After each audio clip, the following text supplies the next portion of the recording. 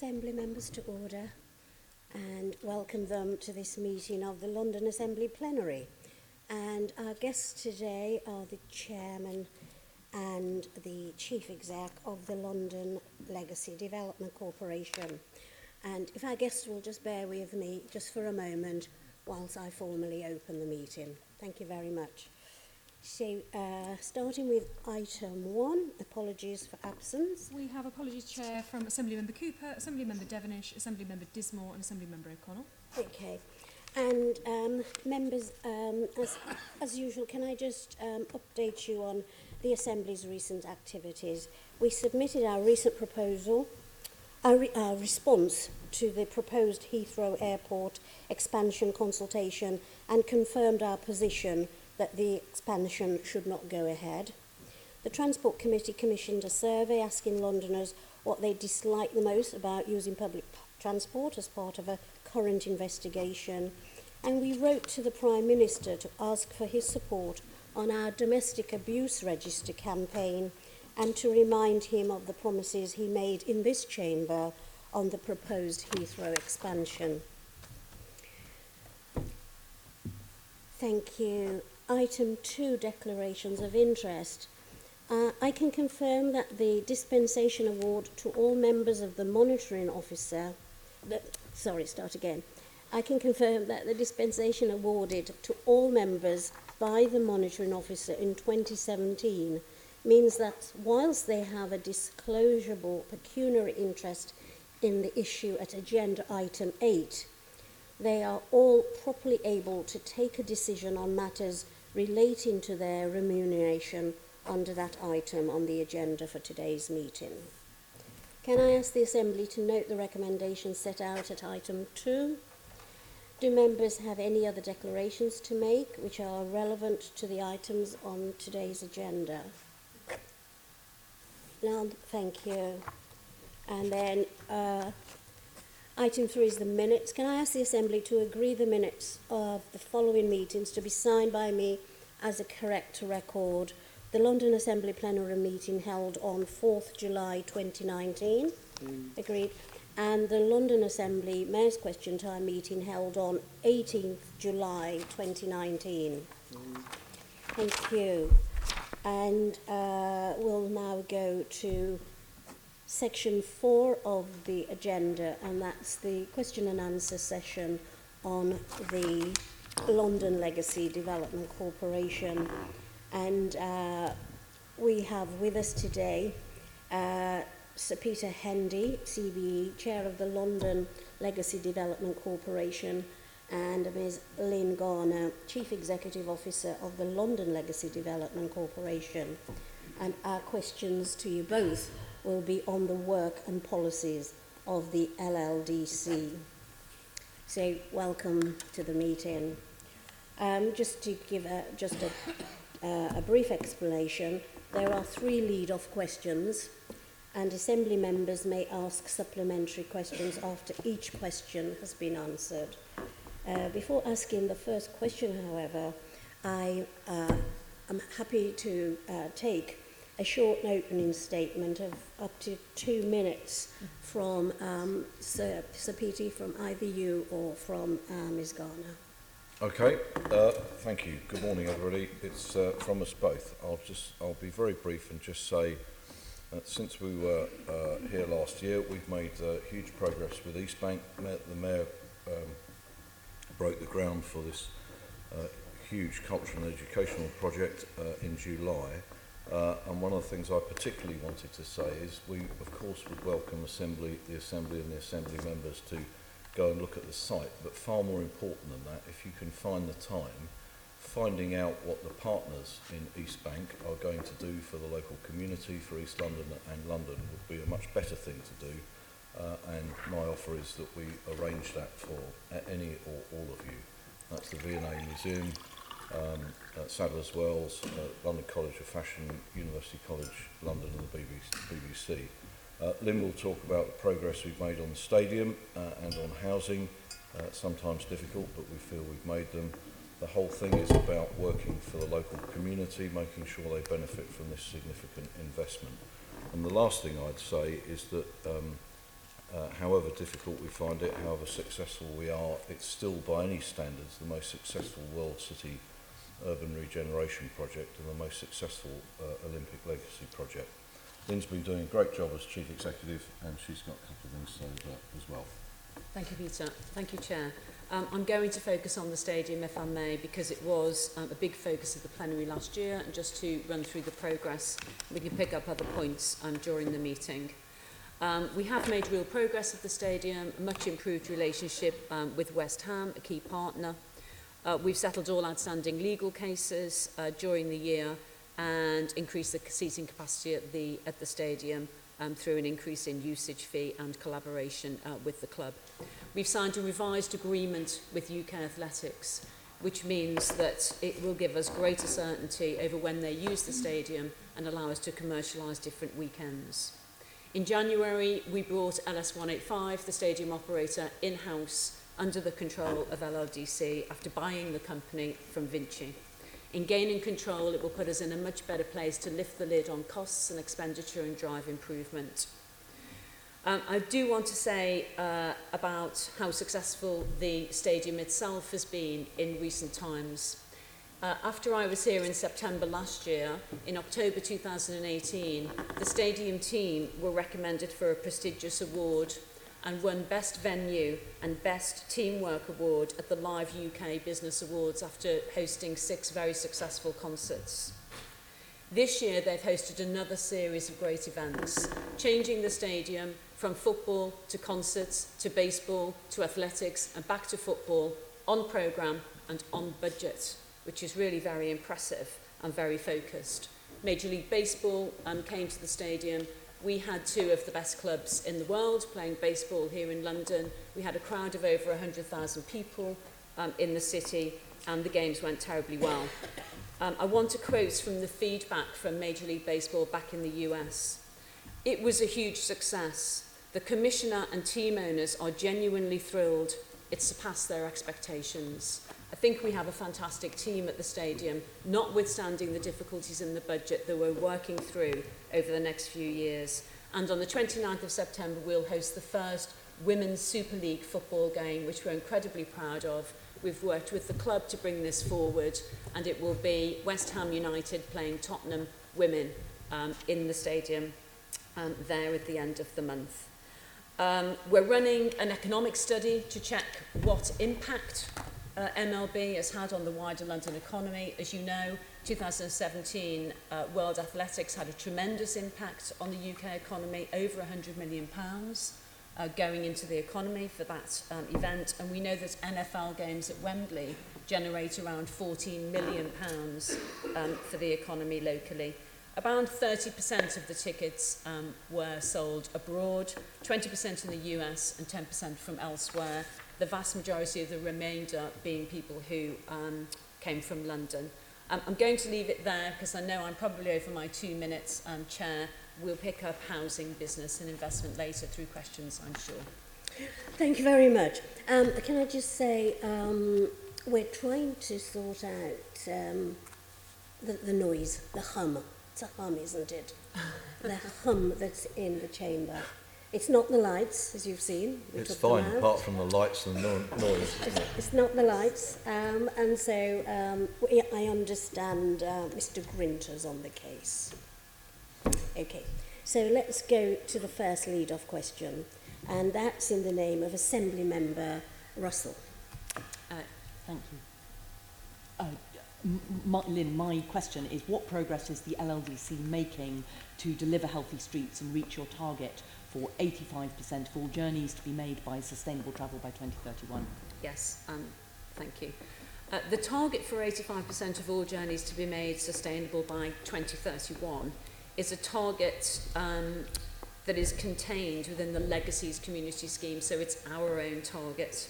We are fully committed to supporting and encouraging sustainable travel, and that would be in line with the Mayor's Healthy Streets approach.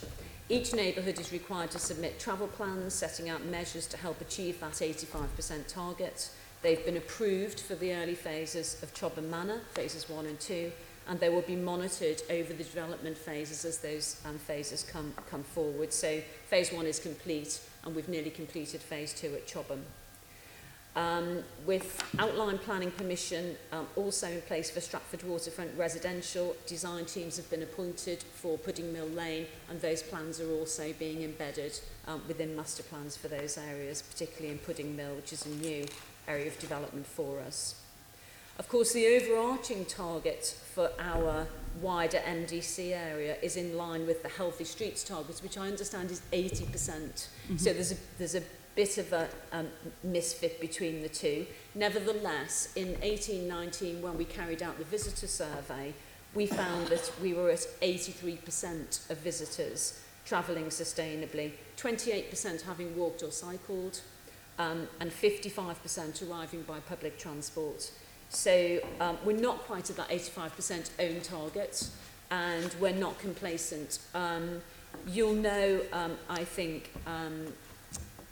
Caroline, from when you came to the park and had a look around yourself, that we're working hard on some transport improvements. So we are working on transport improvements on the Bromley by Bow Junction on the A12, with £21 million to be invested in partnership with TfL and the London Borough of Tower Hamlets.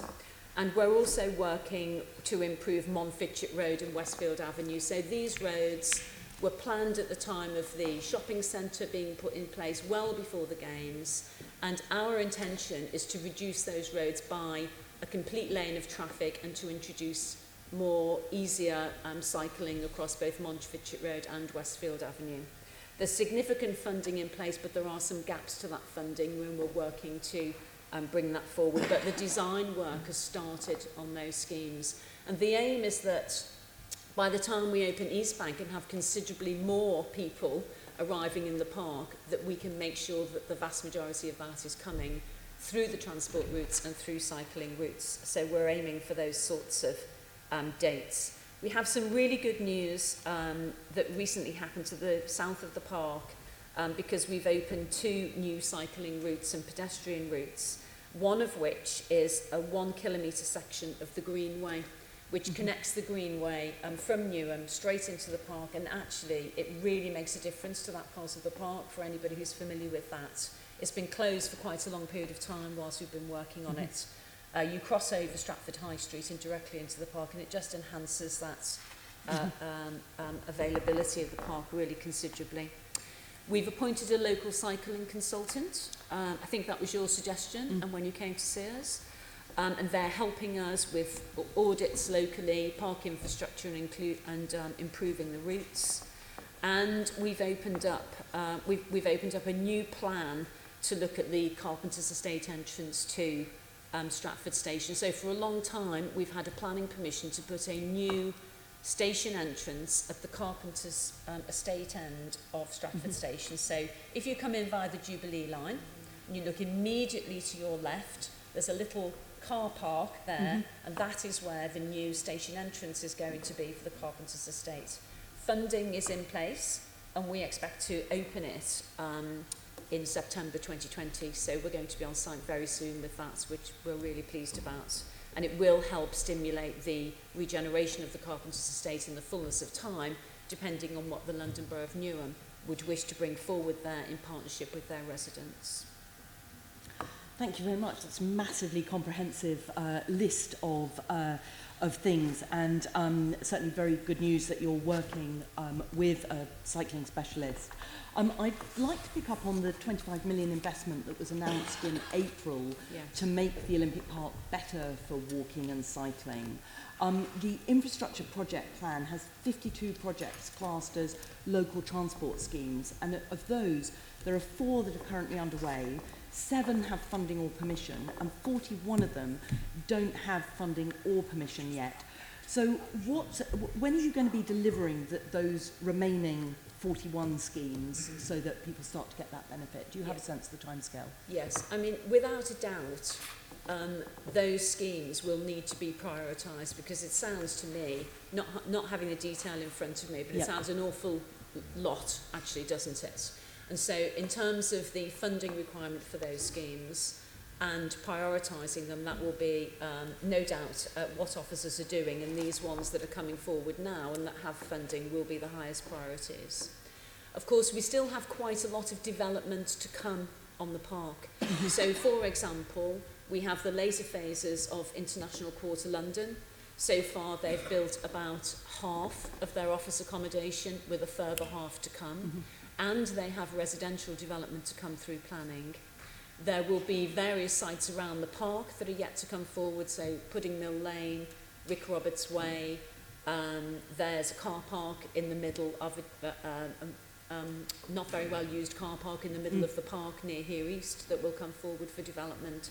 And then there are the sites around the periphery of the park. So, for example, this year we will complete 10,000 new homes. We'll complete that milestone at the end of 2019. In total, we're building 33,000.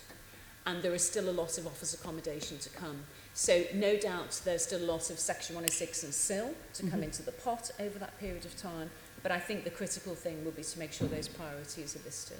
Because what's important is if you've got all that new development, all those new people either living or working in the park, you want to make sure that you're building in that walking and cycling rather than leaving people I think that's absolutely right. So the Healthy Streets initiatives will run all through the residential developments, as we know. The other thing I probably should mention is that we've started working on looking at the possibilities for improvement of Stratford Station itself. So Stratford Station at some times of the day is under quite a lot of pressure if you've used the station. I think actually other Assembly members may be asking you about Stratford Station, good. so Okay, I'll move you on. One of the concerns has been that on the Olympic Park it's been a very sort of motor-centric design with, you know, big sweeping roads and cycle tracks that were disappearing at junctions just when they're needed. So I'm just wondering about your design guidance. Have you thought about just checking your design guidance against the Mayor's Vision Zero aspirations, so that that you are definitely building in ways to make sure that people walking and cycling are kept safe on the streets in the park? So I can pick that up with the Mayor's Cycling Advisor, who came over to see us in the last 12 months. We think we're in line with the Mayor's best practice guidance. It's quite a difficult environment at the moment. There are at least 3 or 4 sites being built out, which really frustrates cyclists actually, because they're having to be diverted around the park. There is good practice for diverting cyclists around around works, and you can insist on your developers actually following that good practice. And we do, but I think nevertheless it's frustrating, isn't it, if you're used to going a certain way and so on, so we're having to put those diversions in place. The Quiet Way 6 is due to come forward, of course, which is coming through the park from Hackney Wick over to Chobham Manor and through Honor Avenue, so that cuts right across the park, which I think will be a real development. And there's a new highway opening, a new north-south highway that's opening as part of Eastwick and Sweetwater development that's opening in October, and that also has a cycle route up and over the bridges and into Hackney Wick and so on. Thank you. I just finally want to say I've heard that you're running a scooter trial in the Olympic Park, making use of your status as private land. Yes. Now, this could be a space for trialling changes like side road zebras and other ways of prioritising walking. Would you consider, I'm almost out of time, but would you consider using your land for trialling things like side road zebras? Absolutely, absolutely. I'll write to you afterwards. Thank you very much. Yes. Assembly Member Pigeon. I'm increasingly concerned as to whether Stratford Station can safely meet growing passenger demand. Stratford Station is dangerously overcrowded with well over 40 million passengers using the station a year from only 12 million a decade ago. I understand plans to address overcrowding are looking solely at Stratford Regional Station, yet Stratford International could help relieve the situation. So what are you doing to look at expanding the use of Stratford International Station to deal with this increase in demand? We have established a team, a very senior leadership team with TfL colleagues, Network Rail colleagues and the London Borough of Newham, and we're starting to bring a plan together for the whole of the Stratford transport piece. Clearly, you can't simply look at Stratford Station alone. Stratford International is part of the solution, as are buses, as are cycling routes and so on. And furthermore, the stations that are outlying around Stratford. So it's important that we look at the whole of that piece, and I think that group is well aware that we need to be looking wider than just the station. So we have this leadership group in place. It's met at least once. It's looking to commission a strategic outline business case for the government to have a look at the future of Stratford Station, to ensure that we are building for growth, because, as you know, it is under pressure at certain times of the day, the station. We are seeing more growth coming to Stratford. It's been tremendously successful. It's 3 times more successful than was originally predicted some years ago, just before the Games. And obviously there are key routes there to the rest of London, like Canary Wharf and so on, from the Jubilee line, so we need to look at the thing in the round. The example of the Carpenter's estate entrance is a short-term fix for some of the issues that are arising at the moment. We have a list of short-term fixes that we're looking at with the station, but we're very mindful we need to look at it completely in the round.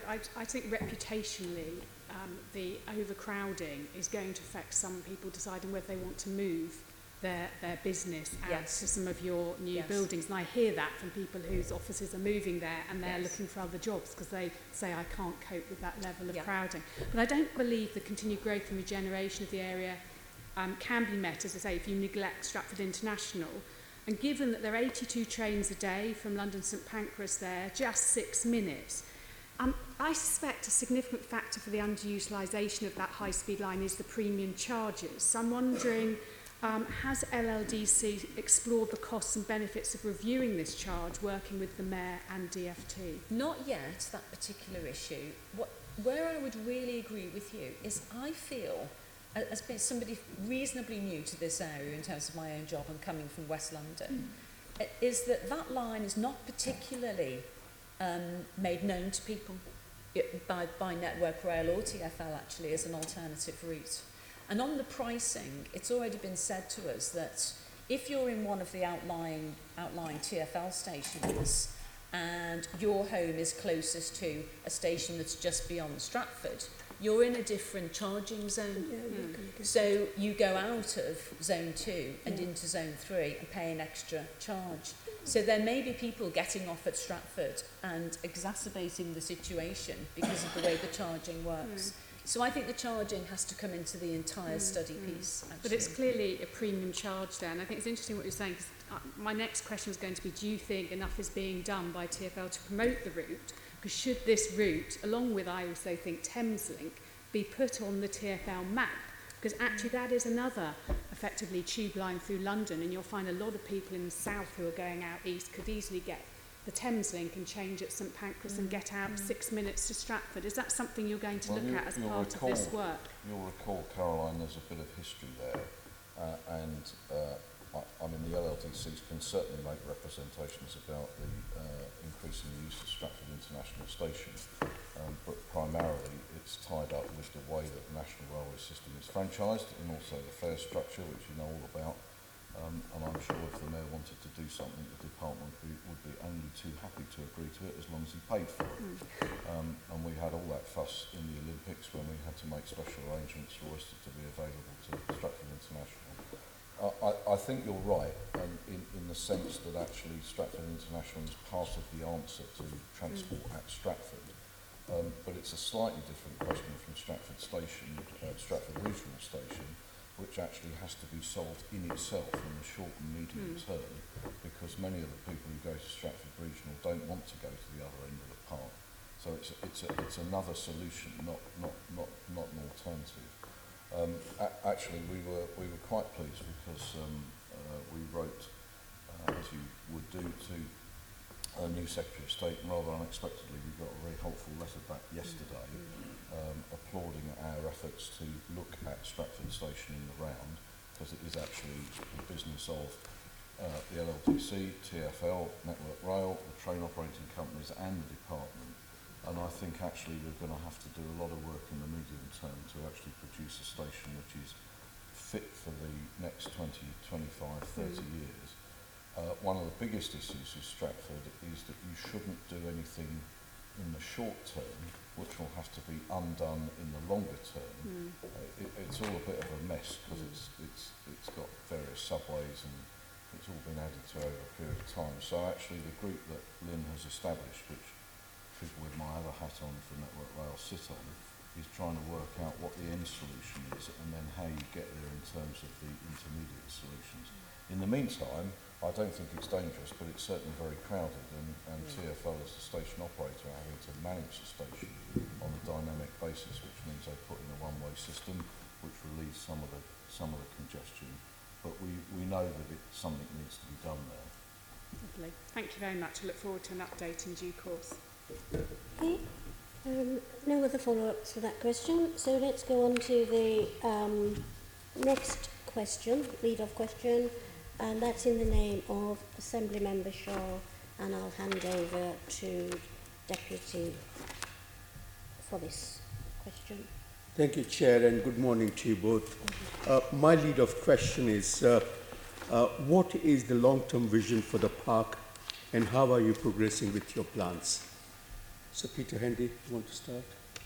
Well, it's no different, I think, from what everybody signed up to as part of the Olympic legacy. It's inclusive growth, it's community, it's opportunity, and I think, as I said at the beginning, actually, I think we can already demonstrate that those principles are being adopted in what's been done there so far and what currently the LLDC is engaged in. So, actually bringing a world-class educational and cultural centre to the place is not only a benefit to the park and the people who work there and immediately live there, but we see it as a huge benefit to the wider community, both in the immediate area in East London and London. And I think it's a really very good example of how we're seeking to develop the place for the long-term benefit of the city.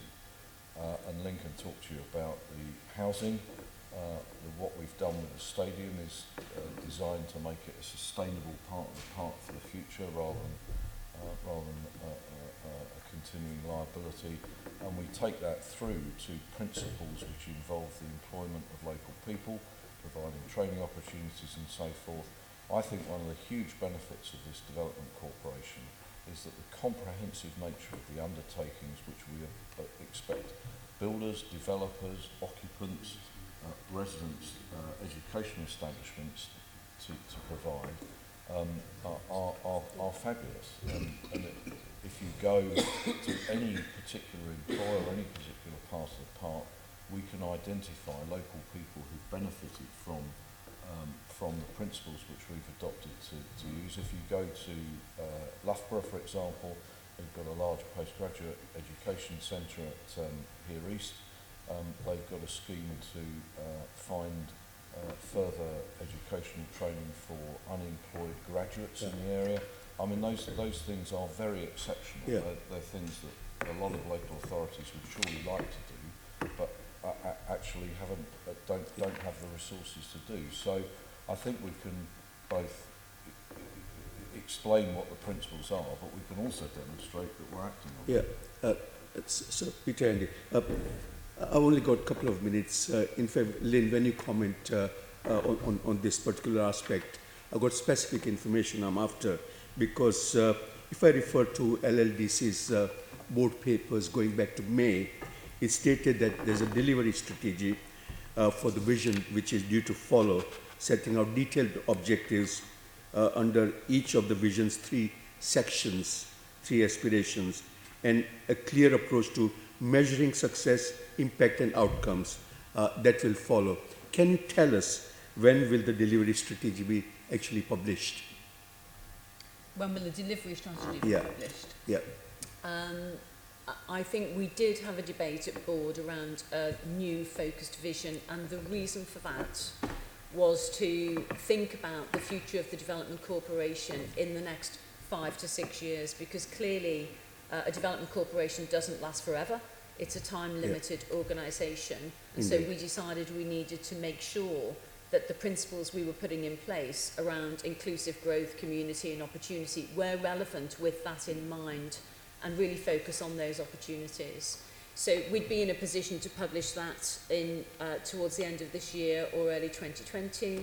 We are in conversation with the boroughs about them being joined up in some of that vision through our board meetings, because it's pointless, isn't it, a development corporation putting together a long-term vision when its life is coming to an end during the period of that long-term vision. So at the moment we're working hard to join up with the boroughs to make sure that whatever we publish is right for the area and that they can pick up those pieces as we move forward.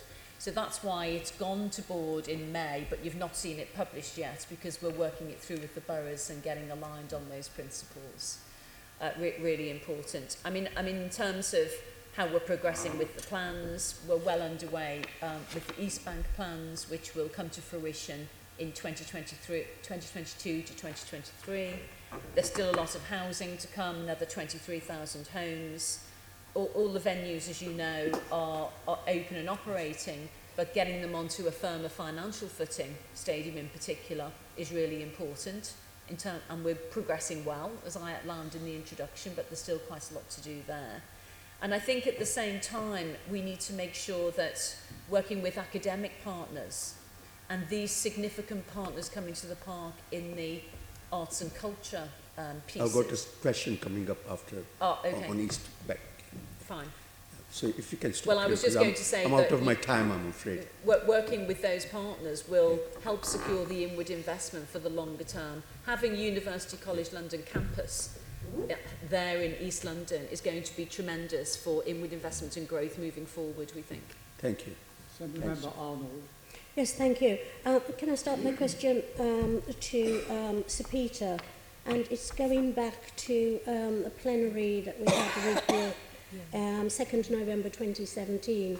And the issue was raised there about the timeline which you're working to in order to return the planning powers that you either see as being on loan or borrowed from the Olympic boroughs of Hackney, Waltham Forest, Newham and Tower Hamlets.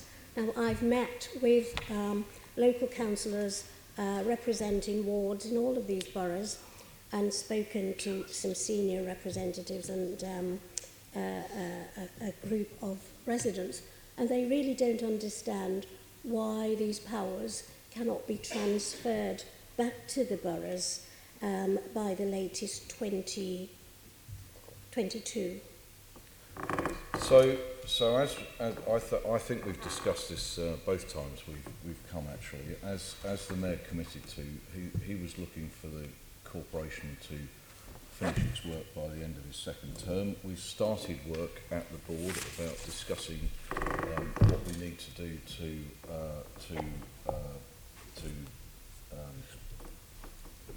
can't think of the word, transition. And part of that is indeed discussing what we do about the planning powers and when they should transfer. Like the park itself, these are not simple issues, and indeed the scale of the development of the park means that there's a lot of work and a lot of work which would need to be transferred to bodies which have been under really significant financial pressure for a very long time through squeezing government expenditure. So we started those discussions. You're absolutely right. We have heard that there are people who would like the planning powers transferred. We've got a group which includes the mayors and leaders. We've also got there's a group which includes the borough planning officers about looking at what would need to be done. It sounds great to say, oh, we'll just transfer the planning powers, but actually the boroughs concerned would need the resources to do it. They would need those resources to come out of presumably their funding rather than our funding, because at the end of the life of the corporation, unless the Mayor decides to continue to fund other people to do what we would have done. So it's not quite as simple as it looks. We are concerned not just to hand things over, but to hand them over properly to ensure the long-term future of what we were just discussing in the previous question was the intention of the original scheme. So I don't think it's... I'm not saying that we're not going to do it. We are discussing how quickly we can do it, what the issues are surrounding it. But it isn't quite as simple. And I think it's tempting to look at the park as a series of assets which can simply be divided and handed over. The truth of it is it's a very complicated scenario, and the costs of running the corporation include a significant continuing revenue cost, which actually the people who are taking the powers also need to shoulder. So we're in that discussion. Okay.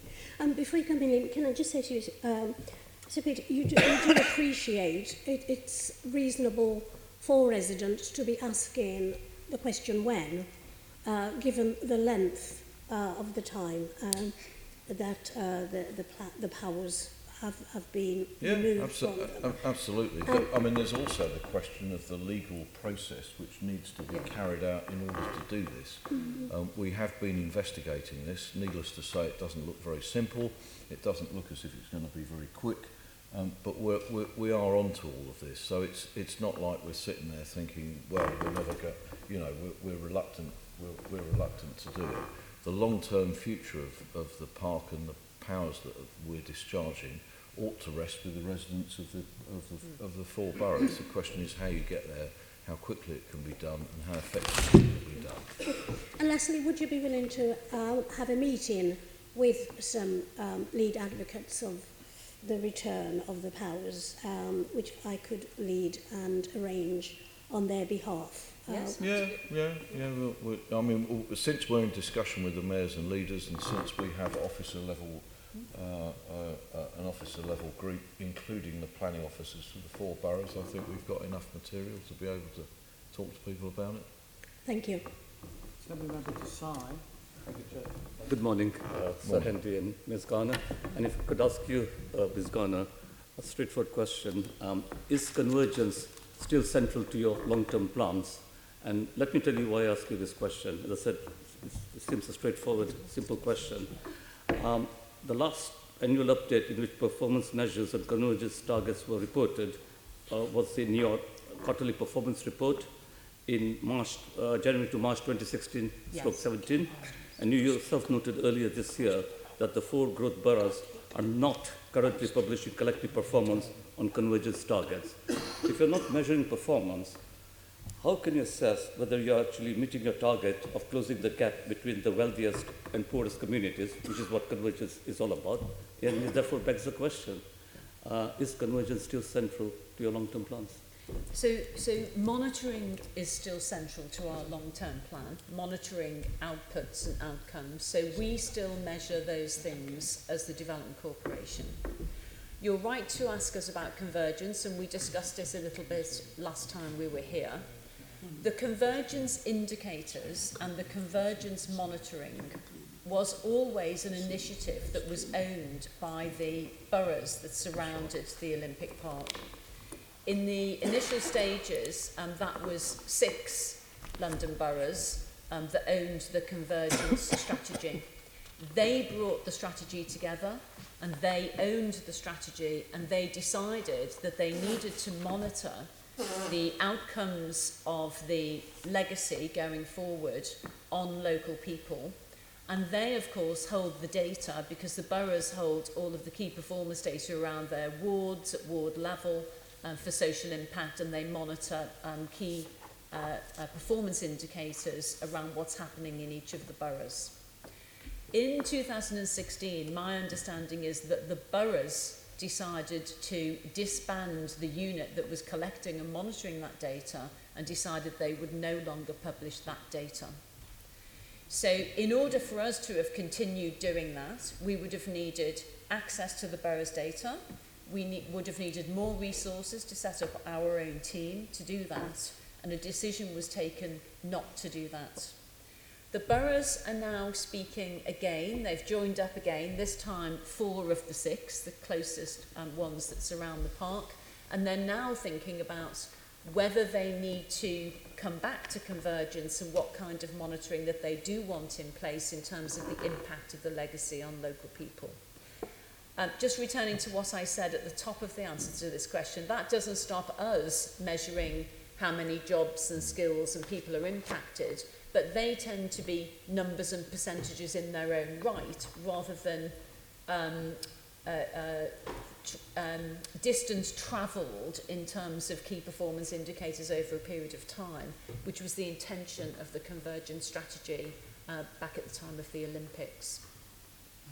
Okay, because I'm limited for time, I will write to you about what you just said. Yes. Very quickly, there will be a lot of new businesses moving into the LLDC area, particularly in the cultural quarter. So how are you supporting existing local businesses to benefit from the big organizations that will be moving in? Yeah, there are a number of layers in answer to that question. So members may know that Hackney, Wick and Fish Island was successful, LLDC, with the 2 boroughs, Hackney and Tower Hamlets, in achieving creative enterprise zone status, which means that the wider artists area and small businesses in that area that are in the creative world are getting additional funding through the CEZ. So that's enabled us to put that funding in place and tie up with the big East Bank partners, relationships with those local artists, community groups and SMEs.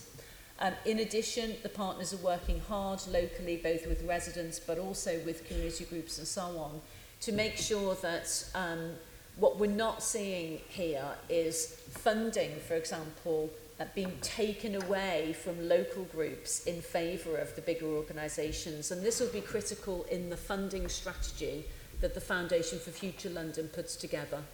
Now, the Foundation for Future London has a couple of new chairs. There's a joint chairpersonship and a new chief executive. And she's very recently launched an arts and culture grant pot for local organisations, not for the big partners, and she's working proactively on making sure that those groups are tied into the opportunity so that we don't have fragmentation in that area. Thank you for the detailed answer. Thank you very much. Assembly Member McCartney. Thank you. I wonder if you could just briefly update me as to whether you're meeting your environmental targets. Right, can I just turn to that page, because it's quite detailed, that section, isn't it? But let me just turn to that page, because I have it here. Right. So, I mean, I think we are meeting our targets. We have zero carbon targets, for example, for housing. Now, what we've done there is, so far, we've built 26 exemplar homes at Chobham Manor, zero carbon.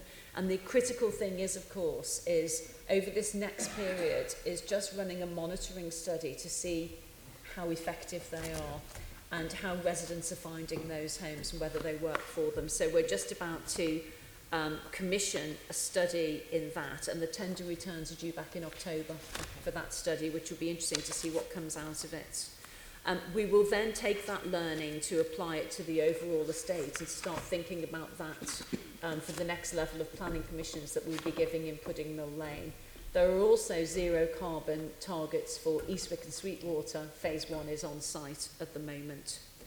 We have a carbon offset fund, which fits into this sort of category. So far, we've collected around £130,000, and in the sustainability pot, we have 632 to use for projects around £632,000 to use for projects around. I think that was the same figure that you wrote was about. That's right. Last year. That's right. Yes. Yeah.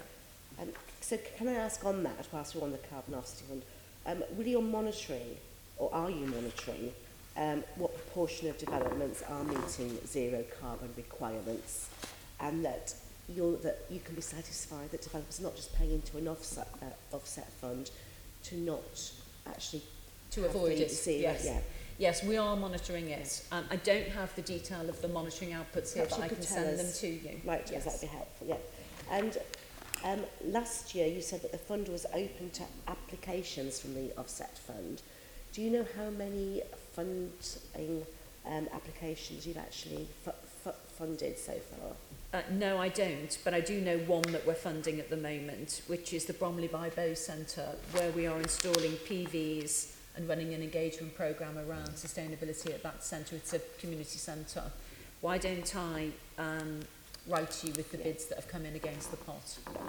The other issue I had was about biodiversity. Your first 5-year plan has just come to an end. Are you going to be publishing a new 5-year plan? For diversity? Yes, biodiversity. Biodiversity, yes, we are about to publish that, actually. So we've updated the Biodiversity Action Plan. It's due to be published late this year, early next year. And what we've done there is picked up a number of key learnings. So some of those include planting designs on the park, opportunities to be more innovative around planting designs. And of course, the park habitats are maturing over time, which is really lovely to see. Some really lovely information I had on this actually from the team was that last year's survey showed that 42 species of bird were confirmed or highly likely to be breeding on the park, and that was up from 38 in the previous year and 33 in the year before that, so really positive news. And that includes 3 Schedule 1 highly protected species, so the likes of kingfisher, black redstart and Kessie warbler, which is really lovely news actually to understand how that's settling down over time. And presumably up from 0 in 20 Well, I visited actually a couple of times over the summer and it is looking really good. Yes. Peter, they can't hear you very well, I'm told. Could you speak closer to the mic? It's never worried my family much. Yeah, but it worries people here. Thank you. Okay, Assembly Member Duval. Thank you very much. Can we go back to the Moore Stevens report? And can you just remind us of the steps that you've taken briefly since they sort of highlighted that your organisation was taking most of the risks around the stadium, both in capital and in terms of operating costs? Yeah. So at the top of the meeting, I outlined in broad terms the things that we've done. I couldn't hear above the buzzing, so there was some of that. If you just repeat that, I think that's fine. Okay, so in headline terms, this year we have, first of all, got off the table by last autumn the outstanding legal matters with the club. Going forward, we have a much better relationship with the football club. We've moved on leaps and bounds, joined up in a few things, collaborated, got the seating capacity up to 60,000, and in that negotiation increased the usage fee to bring in more income as part of that deal. We have worked with UK Athletics to essentially fix their window of usage of the stadium. That's quite important because UK Athletics have the whole of the month of July to run athletics events. It's really important to us to focus that into 1 or 2 weekends so that we can use the other weekends for other things. So it's not bringing in tremendous amounts of money, but it's bringing opportunity and flexibility. The other things we've done are critically, I suppose, and I took a long time at the Budget and Performance Committee last time explaining that we had difficulties around the costs of operating the stadium that were not very transparent to us. So we've worked hard this year on a strategy to bring the operator in-house. We negotiated a deal with Vinci and we bought the company in so that we could have visibility around the costs. The next stage is building a 5-year plan, which we have in draft, to reduce the costs on match days and to increase income over that 5-year period. I can tell you in headline terms that we are hoping to reduce costs by around £7 million over that 5-year period to bring the public subsidy down. I think we can go further than that, and I'm employing a chief commercial officer who's joining me in November. She was previously the chief executive of England Netball. She has a background in sponsorship. She did the Vitality deal for England Netball, for example, and she's coming to work alongside me and the club, the venues and the park to look at how we can better commercialise the whole of the area in terms of reducing the burden on the public purse. So more work to come there. I would suggest that they are the highlights. This year, between where we settle in 2018 and where we expect to be, we will make at least a £1 million saving in the bottom line operating costs, and potentially two. And Lynn makes all that sound sequentially quite simple, but in fact I would say from my involvement in it that it's been a really large amount of work to do all that. I'm not sure whether anybody believed us last year that we were going to get on top of it, but we still see this as work in progress, because actually getting a grip on the cost of running the stadium on a daily basis and sorting out West Ham are all moves towards what Lynn says is trying to reduce the cost of public purse of this place in the long term. And you should be congratulated on that, and I think it's very commendable about the efforts that you've done in that short space of time in terms of this phase, and I'm pleased to hear it's ongoing work. The issue of programming and maximising that expenditure, I'm not one of those who believes that it will require a subsidy of some description, but clearly we need to get that down to the most minimum, and people need to pay their way. I'm told on the baseball that it took 24 days to set up for the baseball. I think the baseball is a good thing, but that's 24 days allowing that there would always be some setting up cost of potential spaces that we might have been able to let. We don't know because of programming. So is someone looking at things like that for the coming years? Because we don't want to lose baseball, but clearly that's a crucial time of off-season outside the football part those issues, which could be used in terms of raising revenue income. So what's the plan about that, looking at that? What's the lessons learned about baseball, not just running away that it was a success and truly was, not just people that were attending it, but in terms of recognition from international recognition, as you rightly raised earlier on. How do we reduce that setting up cost? Yes, they took basically a month to set up and then have the games, essentially. That takes out 4 weekends out of the calendar, which is significant. Now, this was a trial year. We still made a surplus on the baseball, but what you're saying is there an opportunity cost there? Could we have sold all those weekends for concerts, for example? We've already established with Major League Baseball that we'll be able to reduce by a few days for 2020, just by trialling things this year. So things like in the bump in, for example, having people working 20 hours a day instead of 8 hours a day to build the overlay for the baseball will make a big difference. That costs more money, but it's worth doing in the long term. So we've explored that with them. So we expect the bump in next year to be shorter, not by an entire week, but probably about half a week. It may be that we are able to talk to baseball about coming after 2020. Our contract is just a 2-year contract at the moment. If that was the case, we would want to have a conversation that took at least a week off that bump in time in order to maximise concerts going in and so on. We have considered, done an exercise that maps what baseball brings in income compared to concerts, and then the likelihood of being able to secure concerts for every one of those weekends. Because actually, if baseball wasn't there, it's highly unlikely we'd be able to secure a concert for every single weekend, which would be 8 or 10 individual events. We're licensed for 10 at the maximum. So we have done an exercise that shows opportunity cost. We think that the best place we can get to is 1 Major League Baseball per year on that 3-week bump in, with 4, potentially 6 concerts. And I say 4 or 6 because 4, with the way that we, it's a bit technical this, the way that we look after the pitch at the moment. If we were to bring what's called a playmaster pitch into the stadium, which is a fast-growing grass, and it's not my expertise, but apparently it grows much quicker than ordinary grass, we would get another weekend of concerts. And so we're constantly monitoring how we can get the event income to the highest possible place by moving the various events around. And I think what you're hearing is that we are constantly learning about how best to do this after an extended period of great difficulty in various ways, and that will carry on. And the fact that Lynn is all over this, I welcome entirely, because you've got to understand how this place works to make the most of it actually, and what opportunities.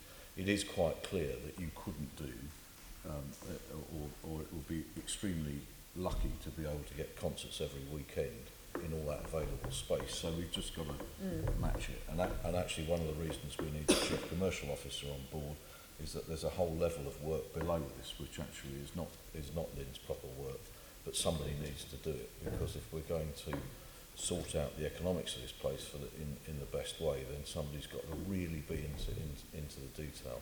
And of course, actually, this is a transition issue in the end, because long after the LLDC has gone, somebody's got to manage this as a major public space and make the most of it at the least public expense. So we sort of think what we're doing now is what we should be doing, and it's for the benefit of both the immediate future and the long-term future.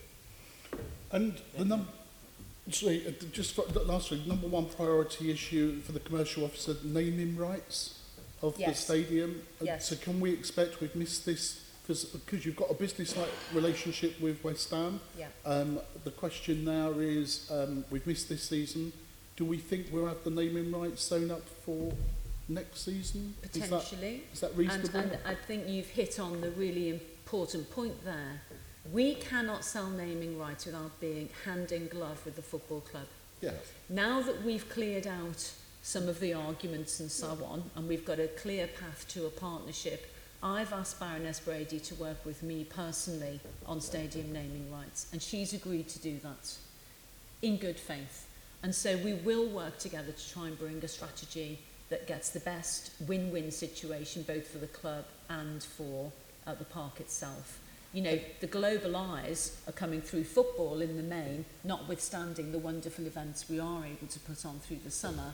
So we must work in partnership, and the contract outlines that in any case. Thank you very much. Assembly Member Sahota. Right. I'm going to talk to you about the provision of the health services. Yes. On in the corporation. The Legacy Communities scheme proposes that there be 5 neighbourhoods around Queen Elizabeth Olympic Park. Okay, there will be 5 neighbourhoods, but there will be 2 GP practices and 1 walk-in centre. Will that be enough? So at the moment, the local plan talks about 3 health centre facilities, and our local plan has recently been revised. So we've had a fresh look at that recently. There's 1 already on the park that's up and running, and that's close to the Chobham Manor development. And there are 2 to come. And as you know, in order to bring forward those facilities, we need to work hand in glove with the clinical commissioning groups to make sure that we're aligned on those. So our intention is to have 2 more at the moment for the new homes that are still to come. These are actually on the park facilities, and just to give you a sense of that, we're expecting on the park itself around 4,500 new homes still to be built on the park for those 2 health centres to work with. I mean, the projections you had for the residencies, right? The growth has been faster than what you had anticipated already. Yeah. And those provisions you're providing were based on your previous projections. Now the new projections are coming along. Have you taken that on board, and what's the impact on the health provisions of those new projections? And are the CCGs playing ball with you? We have, because as it happens, we've recently refreshed the local development plan for the park, and it's going into examination in public in a few months' time, so that we've had a look at those provisions. We think we've got it about right, but as you know, things change as we move forward, and the key thing will be keeping it under review and making sure those facilities are sufficient. I mean, my concerns are, A, that the population growth is faster than you thought, right? And Yes. also more is being asked of GP practices, Yes, yeah. and more is coming out into the community. And I fear, rather, that the CCGs may not be keeping in pace, right, with what's happening on the ground there. And this is what happens right across London, that population growths take place at a faster rate than what the NHS responds to. And I just want to make sure that, is that happening? And do you have any concerns about the whole matter? Yes. Because I have a sense that the practices already around the area are under a lot of pressure. I think it's a really good point. I personally haven't met local CCGs. It's early days in terms of those homes coming forward on the park, but making sure that we connect those needs with the borough's requirements, because obviously there are false boundaries there, you know, at the moment. So we're thinking about the needs on the park, but obviously the Pudding Mill Lane development is in Newham. It's right next to Stratford High Street. We need to have a look at the wider facilities, and I think that's where we probably need to join up with the boroughs and make sure we're making approaches sensibly to the CCGs, looking at the whole of the area. But I don't think we're necessarily doing that in practical terms right now, so it's something that I can pick up. Great, thank you very much. Thank you. Assembly Member Prince. No, my question's been answered. Thanks, Chair. Assembly Member Shah. Thank you, Chair. It was great to hear very upbeat comment about progress being made at East Bank in the opening remarks. However, the question is, how are you minimizing the potential risks to the plans at East Bank? Because looking at, again, going back to risk register from May, there are certainly 3 major risks which have been identified. So what are you doing to actually deal with the major risks involved there? Yeah. Look, this is an enormous construction project. Sure. The budget is £470 million. Yeah. We have probably one of the best construction managers in the country working with us, the Mace organisation, extremely experienced, both on the park, all over London and all over the country. And we have a really highly qualified team from Mace working alongside us. On a regular basis, it's quarterly, I think, Peter and I meet the Chief Executive of Mace and his Chief Operating Officer for an informal conversation that actually goes into some detail of how the project is working on the ground. We have monthly implementation review meetings that I attend, so I get a monthly detailed update of how the project is going in terms of programme and budget. We have a number of lines of risk and assurance built into the process. So the first line of assurance is at that meeting, at the implementation review, where we review risks on a monthly basis and how we're progressing against those, where I am present and I'm able to feed into the chair and so on. Aside from that, we have an internal, what we call second line of assurance, which is an external company called Arcadis that look at all of the costs and risks and advise us on how the programme is going live at the time that we're talking about the implementation review. So it's very live to the project as it's moving forward. And we have a third line of assurance that is an risk and assurance board that meets on a regular basis and has construction experts sitting on it. One of the government's construction experts, Paul Morell, chairs that board. And some external expertise that's having a look at risk and assurance sort of a little bit after the fact. So they're receiving reports after the fact and making sure that the project is running in a sensible fashion. And we're also in dialogue, of course, with the partners, because it's not only a big construction project. It's a project which involves significant other partners, UCL and the BBC and V&A and so forth. We have one of the members of our board who is Simon Blanchflower, who was the project director for London Bridge Station across the road. He spends quite a lot of time on this as well. Yeah. So I don't think we're short of risk and assurance methodology. Nevertheless, the fact is that the construction industry in the UK and in London is not in a good place at all. Yeah. And we are some way through the tendering process for the construction packages, and it's fair to say that it's challenging. We can't tell you what the end result of that is, but we can tell you that we're all over this because we need to know. You need us to know what's going on as the tendering packages unfold. What worries me the most is that when you look at the 3 key areas of risk identified in the register, it is about further delays and costs escalating, risk to the funding itself for East Bank, construction interface and procurement risk, because let's not forget you're doing only the shell and core. The rest will be done by the actual occupants or tenants, so to say. So the question is, Is it that you have underestimated the actual cost of the project? And if that is the cost, or in any case, should extra funding be required, will that be available and where will it come from? Well, the first call on tensions in terms of the return tender estimates is to review the scope with the partners, because it's their scope largely, because they're their buildings, and see what we can do about it. I think it's too early to say where we're going to wind up, but actually, as the tenders come in, and there are 30 odd packages, I think. We are all over them to make sure that if the returns that we get are in excess of the budget, that firstly we do some value engineering, return to the scope to see what we can do. This is work in progress. It's too early to draw a conclusion, but Lynn and I are both spending significant amounts of our time on this, because all my experience of these projects, you will all be familiar with large-scale projects.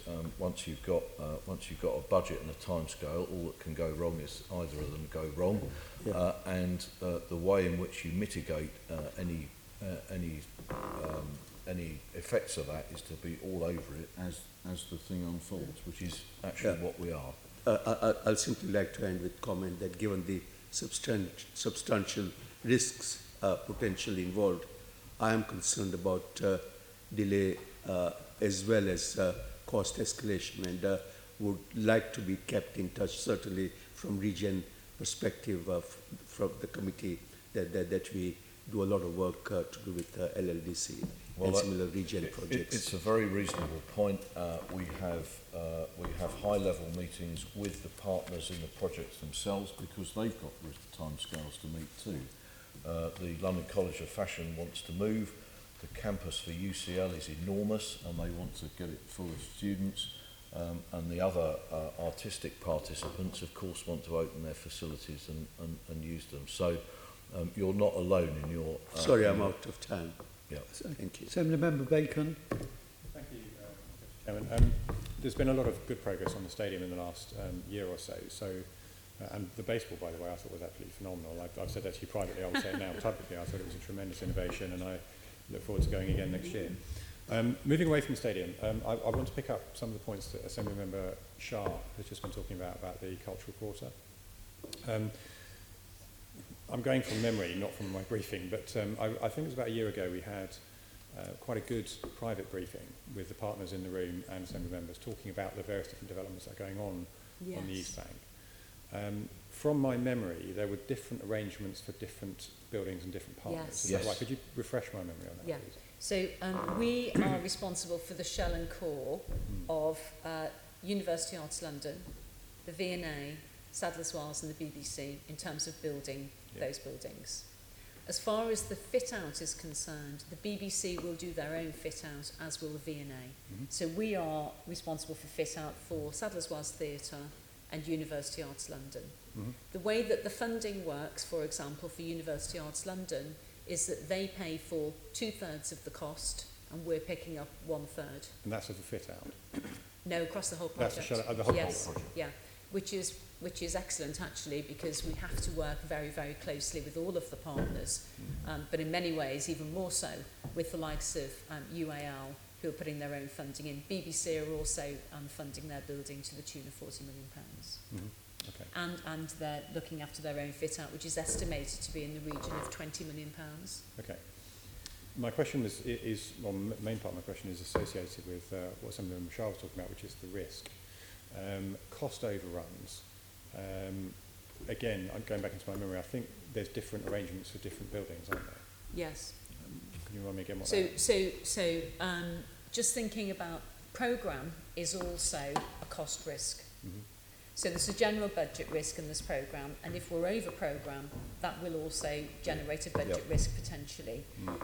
Because if you're delayed in your programme and you've already got some contractors on site, then you're having to pay for them to stay on site or come off site and come back again in different places. So the first thing to note is that UAL London College of Fashion want to open the doors in autumn 2022. Mm-hmm. So there's a programme around that. Mm. The other buildings are more relaxed and we don't have target dates for opening those buildings. Mm-hmm. Notwithstanding that target date of 2022, that date is not in contract. And so if we needed to relax the programme, in partnership and in conjunction with UAL, for whatever reason, we can collaborate to do that. Okay. Because we're not contracted to build it by that point in time if it suited both parties. Okay. So the other buildings are more relaxed about dates. As far as budget is concerned, it very much hangs on how these packages come out at the end of the day. So we're right in the middle of putting packages to the market right now.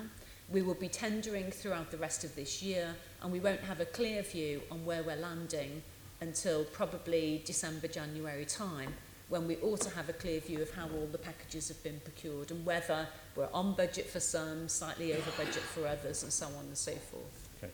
You mentioned a budget earlier on of £470 million.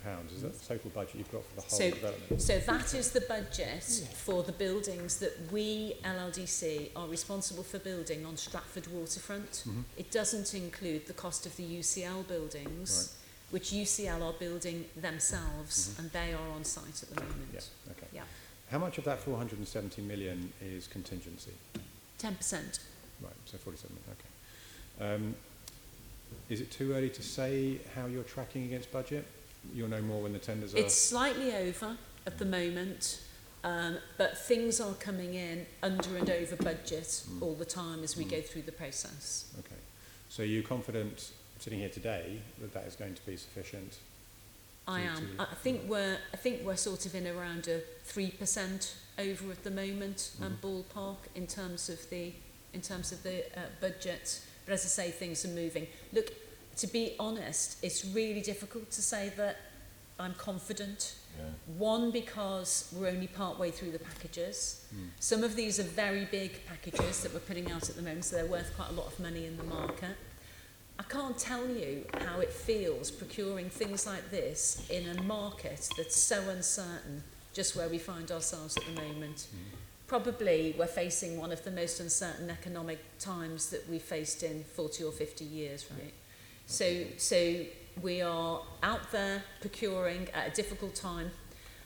We're hopeful that we'll bring this in as close to budget as we possibly can. But we do need to see how the market's going to respond to those packages and whether there are Brexit impacts on tariffs, impacts on the value of the pound, what supplies are coming from Europe and so on, how that's going to work in terms of moving goods around post-Brexit. And it just feels very, very uncertain at the moment and very difficult to predict. I think those are all perfectly reasonable points. My final question on that subject then is, if in the event that there is an overrun, yes, of whatever amount, that cost will be underwritten by the GLA? Is that correct? Well, it's not currently underwritten by the GLA. So it'll be picked up by... At the moment, the budget is the budget, and if there's an overrun, there'll need to be a conversation about where that money comes from. And I would expect to have that discussion, if it's the case, with the individual partners too, because they're all with us in this, and actually part of the cost of the specification of the building. It's an iterative process. But you know, there's a lot of water to go under this bridge. All I'd add, Gareth, is that actually Lynn is right about the general market uncertainty, but it's exacerbated by the parlous state of the construction industry, which you'll know from other discussions about housing provision and other big capital projects, is really not in a position to take any significant risk itself, and you know, we would like to see a much more fluid market in what we're putting out to tender than we're actually seeing. Yeah. Okay. No, that's fine. Thank you very much. Assembly Member Copley. Thank you very much, Chair, and good morning to you both. I've got two sets of questions and quite a few of them, so if it's possible to have succinct answers, that would be fantastic. Firstly, on agreements with developers, when the LLDC enters into agreements with developers, for example, leases on specific sites, are there any conditions placed on the developer with regard to services provided or levels of delivery? Because we've received evidence of very poor management of build quality of some of the build-to-rent properties around the Olympic Park.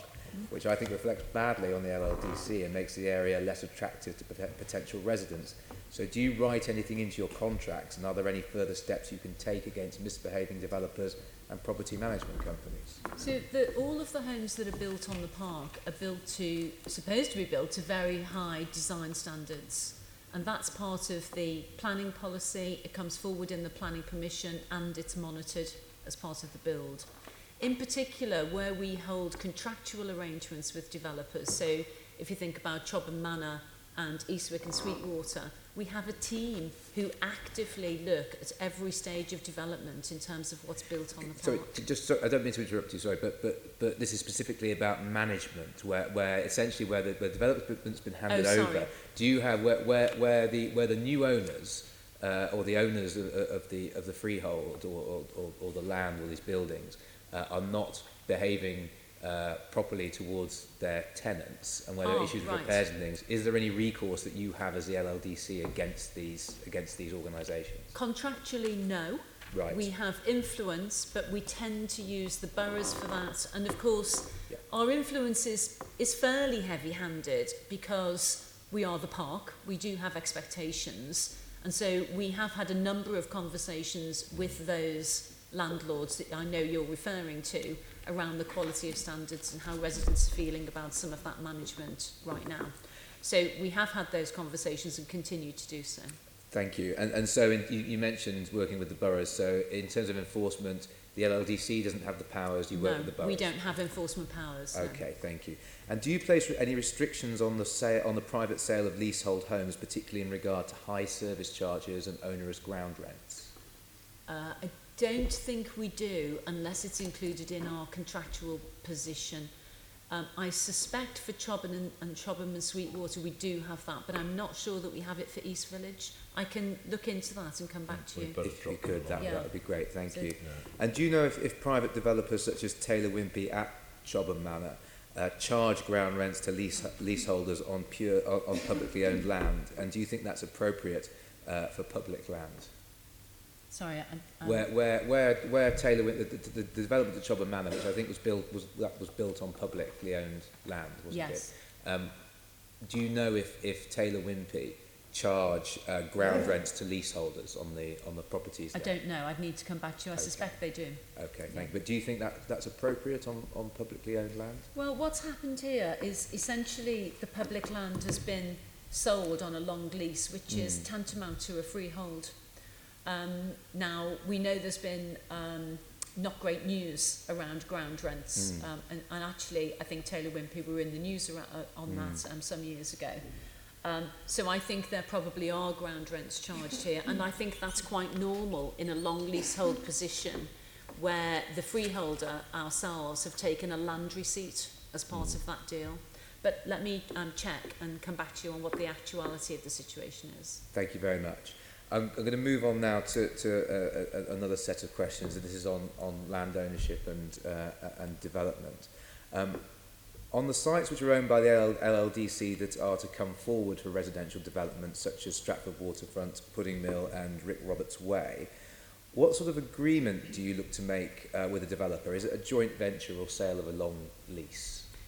The idea for those sites is that we will enter into a joint venture. So we, alongside the GLA as our primary investor, will joint venture with a private sector partner.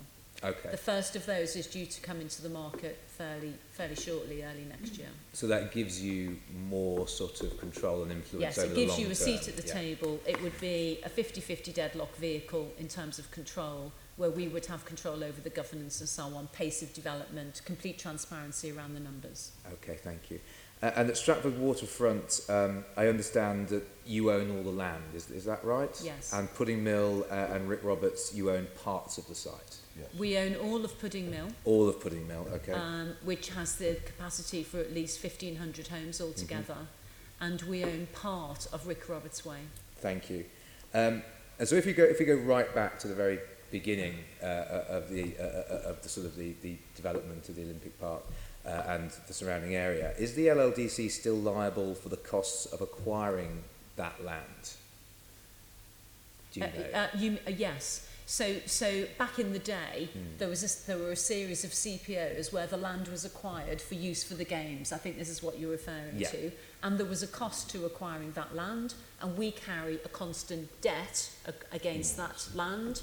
And when we sell the land for development or return a profit through a joint venture, the idea is that receipt pays down the debt. Right, so that's the principal way of paying down your liabilities. What do you know? I mean, you might not have the figure, but do you know what that figure is for how much you still need to pay back for the value of the land? Well, I was looking at these yesterday, but they're projected figures into the future. I know that the projected surplus at the end of the project is currently estimated to be something in the region of 265 million surplus after paying debt down. That's in constant flux because of the valuation of sites, and it gets revisited every year, but the current long-term plan contains that number. Okay, thank you. I just want to talk specifically now through the example of Eastwick and Sweetwater development. So there was an assistant director decision which signed off the agreement with Places for People and Balfour Beatty, and that said that work would start in late 2016, with the first phase complete by the end of 2017 and the whole thing done by 2023. Your annual report from 2014-15 said this was 6 years ahead of schedule. Your website says work is to begin in 2017, but work only began this year. So we're looking at 2020 to 21 for the first phase and 2028 for overall completion. So my question is, why has there been this slippage? And is there any likelihood that it will complete ahead of schedule at all? So I think there was a decision in 2016 to bring the scheme forward. I think that looks good on paper, but clearly wasn't able to be delivered. And in fact, we weren't on site with phase 1 until 2018. There were some problems in 2017-18 with some of the viability around this scheme. Right. And so there were some slight adjustments made at our board around the arrangements for receiving receipts. So, for example, although it wasn't hitting the bottom line in value, we changed the development agreement so that we had some deferred receipts instead of earlier receipts and so on, and that caused a delay in getting on site. But we're now on site for phase 1, which, as you say, started in 2018, which will mean that we're still ahead of schedule. If we manage to keep the programme going forward. Obviously, the developer comes to us at every phase, and there's a viability test in terms of getting on site. Thank you.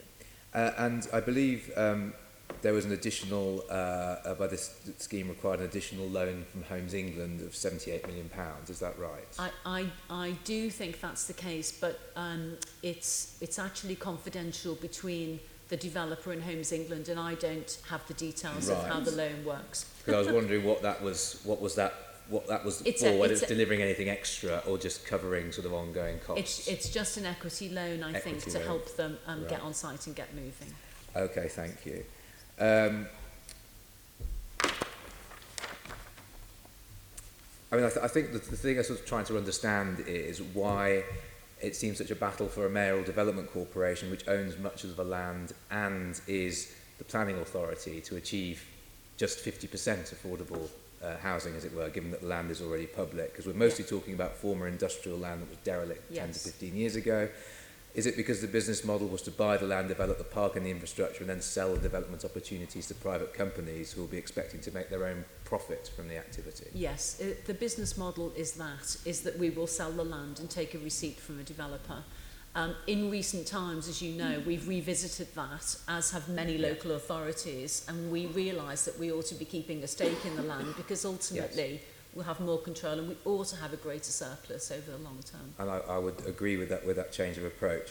But do you think there's an opportunity for thinking about this more strategically for London's needs? So if it were a London council, for example, I mean, they're seeing development on their land of 100% social rent, which can also generate that sort of long-term income stream.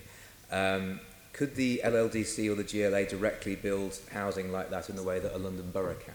Well, in theory, we can develop homes. We could do some of the things that the London boroughs have done, so establish housing companies, for example.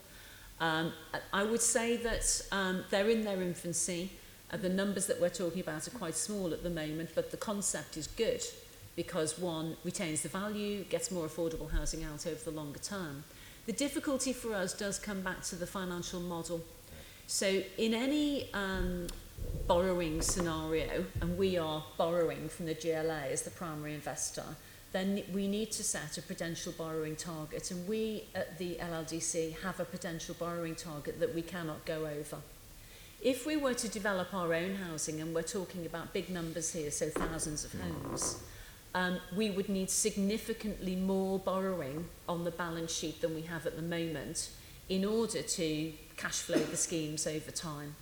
So it's not that we haven't considered that, but it's hundreds of millions pounds more to do those developments. Now, councils are making their own potential borrowing decisions within the remit of what they do as a council. The GLA, of course, is making its decisions in a much broader field of what the GLA has to fund.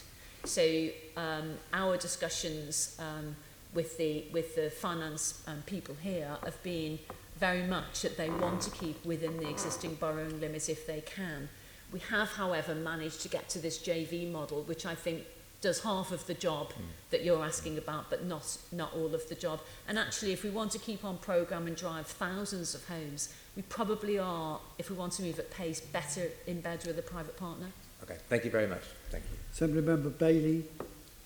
Morning to you both. Just want to ask two small unrelated questions. Earlier on, you said you'd settled all of the legal disputes you had with West Ham. Was there any cost associated with that? Yes, quite a lot of cost actually. So during 2018, there were a couple of major things kicking around. One was an expert determination. We spoke about it last year. It had a number of items on the list. 3 out of the 4 of those we were directed to do different things than the cases we were putting to the expert. And for that reason, 2/3 of the costs of that expert determination fell onto the LLDC. So we had to cover the costs of the other party, West Ham United. The broader costs were associated with the seating capacity dispute. We settled at 1 o'clock on the day of the court hearing, managed to sign the documents there. But in any settlement, of course, one picks up one's own legal costs. So West Ham United picked up their own legal costs and we picked up our own legal costs. The costs, the total costs expended during 2018 for both of those things are around £3.5 million. Okay, but they're all settled now. You can move forward. Are you disappointed with the outcomes and the cost? No, I'm very pleased with the outcomes. Look, we could have gone to court on the capacity dispute. We had good legal advice in terms of going to court, but the thing could have fallen against us. Okay. And if we had have been in that area, the cost would have been significantly more for QCs and so on. And so I think the right thing to do was settle. We did a deal with West Ham on a financial uplift in the usage fee, and I think it's a win-win situation moving forward. There are no formal legal problems on the table at the moment, which is a good place to be. Okay, and a slightly unrelated question. Have the Crossrail delays had any impact on the site? So Crossrail is due to come into Stratford. Mm-hmm. Has it had any? I suppose one could, and I'd be totally speculating, say that there might be an impact from the fact that we haven't got an extra transport line coming into Stratford. But I'm not an expert on that, and I wouldn't be able to. I don't know whether it's simply whether it would alleviate Stratford Station or add to the problems actually, and it could do a bit of both. So I'm not really an expert on that. So I don't think so at the moment. I doubt it. I mean, Crossrail takes over the Great Eastern Suburban Service to Liverpool Street, and that's running now. So there's a marginal loss in connectivity to Central and West London, but hey. Okay, thank you. We're still on that. Assemblymember Prince. Thank you. Lynn, you just mentioned about capacity. Yes. And I believe that currently the capacity is agreed around about 60,000. Yeah. Clearly there's been a couple of, certainly one significant development recently in London which has now slightly larger capacity than that. Are there any plans to increase, because at one point there was a discussion around 66,000 capacity, but I think there may be other capacity numbers that could be looked at as well. Yeah. The capacity in the settlement that we entered into with West Ham United, the maximum capacity is stated in that agreement to be 62,500. So there is room for the football club to apply for more capacity up to 62,500 should they wish to do so, and there's a formula to increase the usage fee accordingly to cover extra stewarding costs and so on. It is possible to get to 66, we think, but the reason we didn't put that number in the agreement is it would require, we think, a whole new planning application, a whole new study of movement around the area. I think exponentially we're looking at a much bigger project. So we're not closed to going to that sort of number, but I think the club and ourselves would need to work closely on it and see where we could get to. But 62.5 feels doable. We'd still have to go through a planning exercise, but we think that that's far more doable in planning and licensing terms than going to 66. You see, if you go to somewhere like 66, it's more likely to have impact on facilities like toilets and so on, and food and beverage outlets, and and the transport studies, which starts to rack up significant cost, and we'd need to be hand in glove in that if we wanted to take it that far, I think. So they probably have to wait till they get into Europe, then, I suspect. Well, potentially. Thank you. Is that it? Assembly Member Gavron. Thank you. I'd really appreciate if you could try and make the answers succinct, because it's quite short of time. But I wanted to focus on play and recreational facilities for children and young people, because one of the key promises of the Olympics was the legacy for children and young people. And I think if I start by just trying to be clear about the numbers of children that are actually on the Queen Elizabeth Park in the residential development, the local plan review, evidence base, 2017, says there will be 10,000 households and 4,000 children. Is that correct? This is in the Olympic Park. In the Queen Elizabeth Park. Well, I think that's the aim. So let me just put a bit of detail around that. That's the aim? Yes. In Chobham Manor, there's a target for 75% of homes to be family-sized homes. That's across public homes and private homes, and that will have informed that figure along with other targets for Eastwick and Sweetwater, which sit at around 60% family homes. You could write to me, couldn't you, and confirm the figure, yes or not? The number of children. I think the number is the right number. 4,000. But what I was about to say is that those private homes on Chobham Manor are not being sold to families. So the dynamic is changing within what we're seeing happening in actual sales in the So park. there might be fewer, okay. So they're more likely, I think, to be fewer than more. It's something we're keeping under review. Right, okay. And because because the past London plans and the current London plan say each child and young person should have an allowance of 10 square metres of outdoor space, yes, mainly on site. And therefore, do you know then how many square metres of outdoor space you've provided so far in what's been built? In Chobham Manor, those targets... This is including all of them, isn't it? I mean, sorry? You've built more than Chobham Manor. There are more residences. Well, we built East Village, but that goes all the way back to the games, yes, and the conversion of the athletes' We're village. counting East Village in this, aren't we? Sorry? You're not counting East Village in this? I'm focusing on Chobham because it's something that we've built since the games, rather than focus on East Village, but I can in the response. As far as I'm aware, East Village will have met the targets that were in place through the relevant plans at the time of planning that development. Chobham certainly does meet those targets, and I think it's probably oversupplied given the dynamic of what we're seeing in the market right at the moment. Okay. But we're only at phase 2 of development. Okay, that's helpful. I think I must do a site visit and look at this. Yes, come and have a look. I'd really like to do that. The reason I'm asking these questions is because the infrastructure plan 2018 for the park says, this is for the park, says that there's going to be, and it details all the different facilities, doorstep play, local play, neighbourhood play, youth facilities and so on. It says in total there will be 14,000 square metres Now, if I work that backwards with 10 square metres, that's 1,400 children. 1,400 children allowed their 10 square metres. Now, that is, in a sense, almost sideline children and young people. So I'm concerned about that, and I wonder what comment you have, because that's a year ago, that estimate. Okay, why don't I go and have a look at it, because I don't have the detail here, Nick, and come back to you. Could you, what would be very good is if you could write to me about this. Yes, because, I will. Because there's a lot of concern now about developments not complying with the play standards for children and young people. Fine. And, you know, we've got cuts in youth services, you know, Yes. children are being squeezed out of cities, roads, etc. So it really is important. And I just want your sort of comment on how much you're going to provide.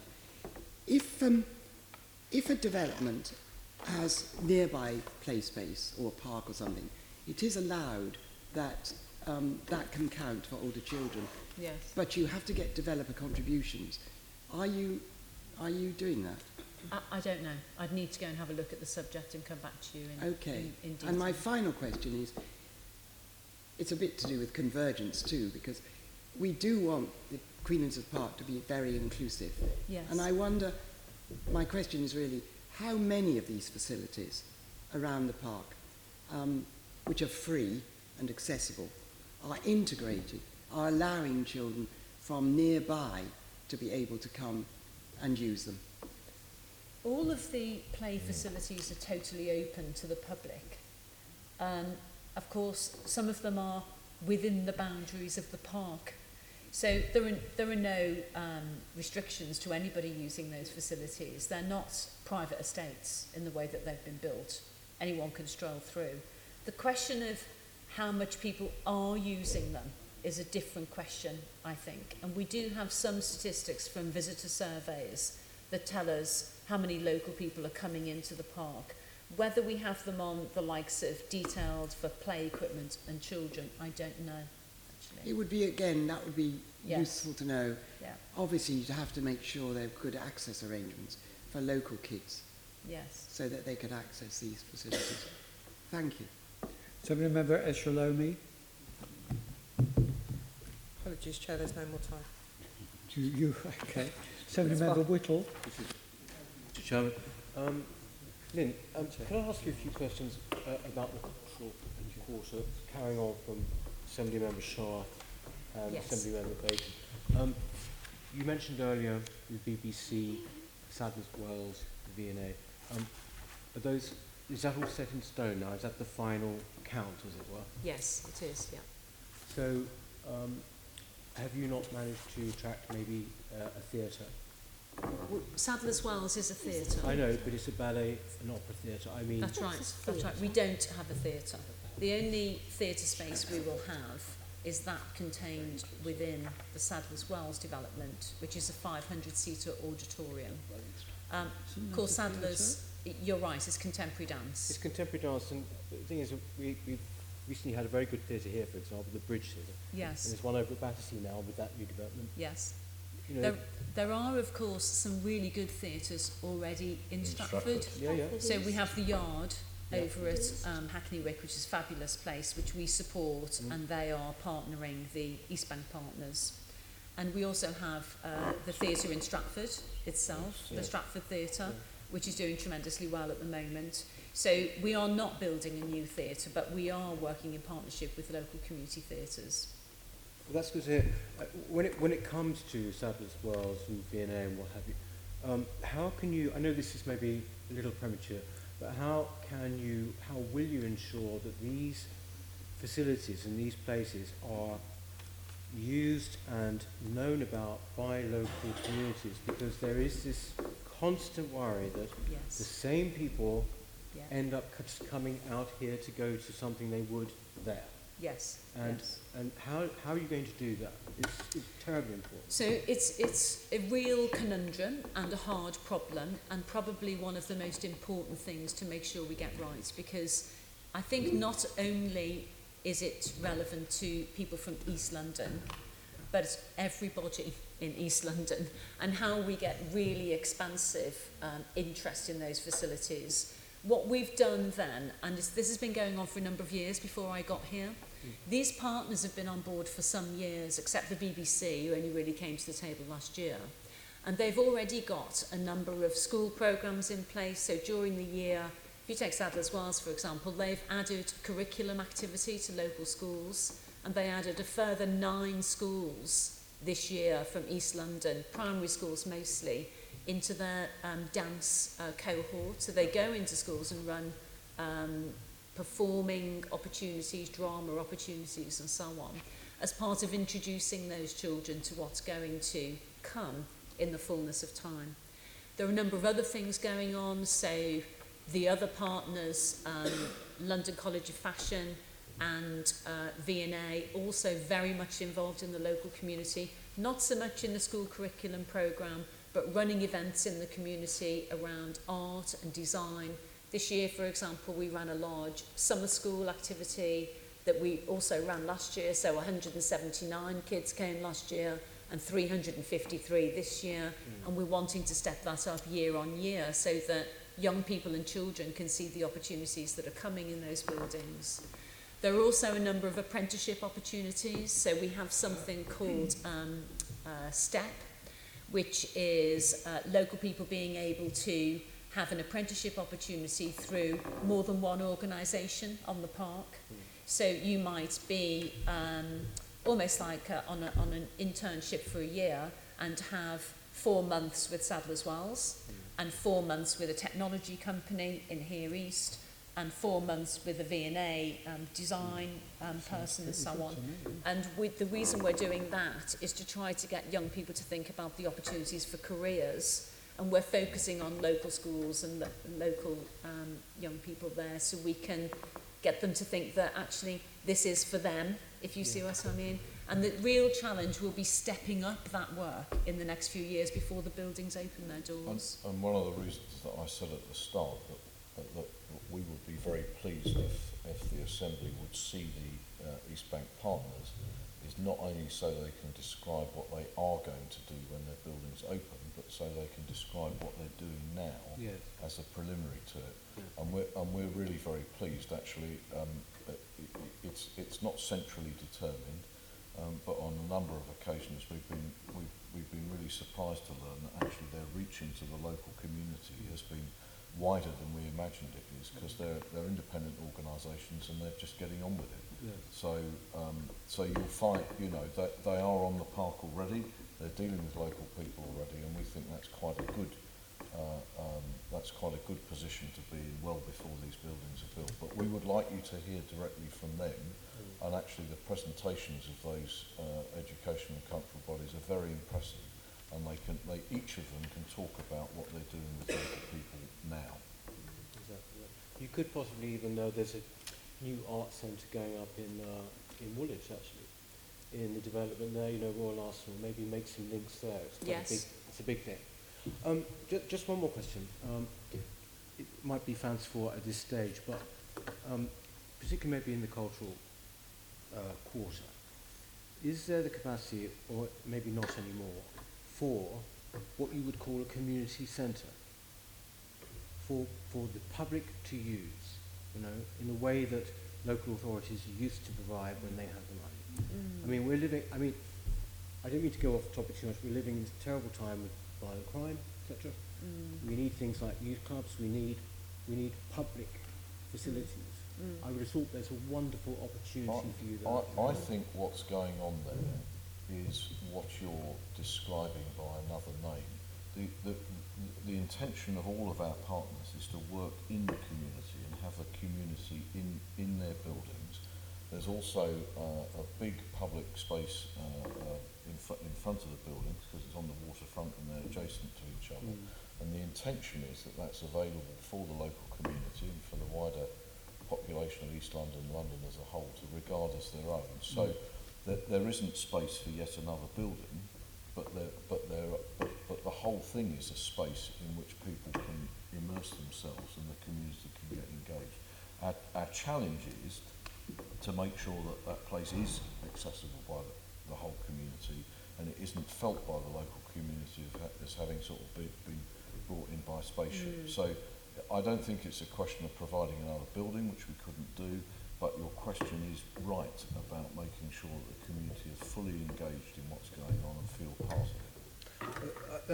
That's reassuring. I mean, the only caveat I've made to that is it's a shame that there isn't space for another building because, you know, having a big space like that in front of buildings is lovely in the summer, right? But, you know, what about the winter months? What about old people who can't necessarily sit out?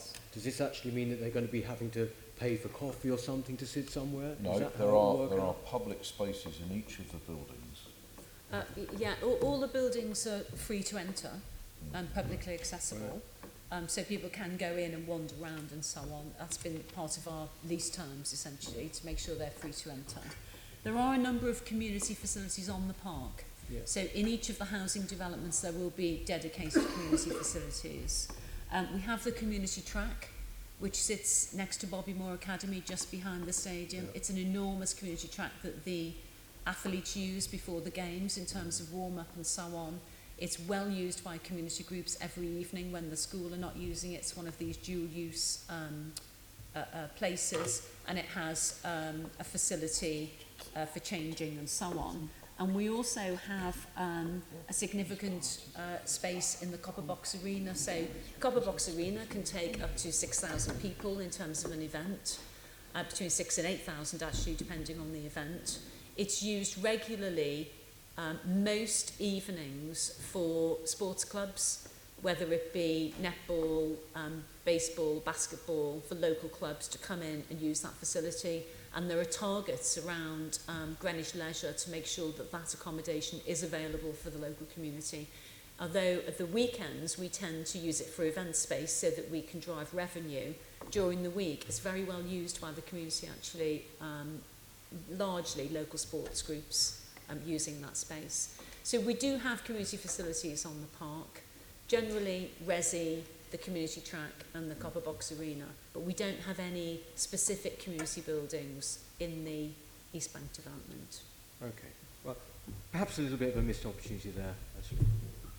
I think because it's reassuring to hear what you say, but the thing is that these things increasingly require money for people. I mean, things should be public, you know. People should be able to gather publicly without having to pay for something. All right. Thank you, Assembly Anyway, Member Whittle. You've had a good go. Assembly Member Boff. How much is the public subsidy for the stadium? So in 2018, so the latest year for which we've just published accounts, the operating losses of the stadium were just over £18 million, and the total losses, I believe, were £28 million. Total losses, what's the difference between the losses for the stadium and the total losses? So when we think about operating losses, there have been many conversations here before now about how well we operate events, what usage fees we pull in from the various tenants and so on. And so we have an operating loss in terms of an operating business, but then when we add on other life cycle costs, business rates, insurances and so on, the larger number reflects the costs of running the venue on a day-to-day basis. Okay, thank you. And that 28 million is the number that you're hoping to reduce by 7 million, is that correct? I'm hoping to reduce the operating loss. The operating loss, the Yes. 18 million? Yes. You're the hoping to the reduce smaller that number by 7 million. Yes. How much does it cost to move the seats from football to and from football mode? So in 2018, it cost £4 million. In 2019, it will cost, I think it was just over 4. In 2019, it will cost just over 6. That's because we've had to move more seats to facilitate Major League Baseball. That figure of 4 million, is that per move or for the whole year? In total. In total, it's 4 million, and per annum, yes. Per annum, and then in 29, it's going to be 6 million because you'll be moving them more. Yes. Okay. The difference is that for baseball, we would be moving one of the stands, the west stand, completely back. So that. You know, when we started with the stadium, I think we were talking about in terms of £11 million. the negotiation with various parties and new innovations around the seats got us down to 4, including with athletics. So we now don't move the stands as much as for athletics. We just take some seats off the front rather than moving the whole thing back. But then with baseball, we do have to move one of the stands completely back to get the overlay in. So we're back up to 6. Back up to 6 for the entire year? Yes. So per move, about how much per move? So it depends what we're transitioning to and from.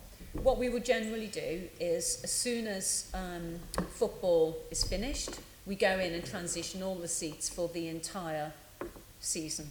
That's the cost I'm looking for. So it's the maximum move of seats, how much does that cost in one go?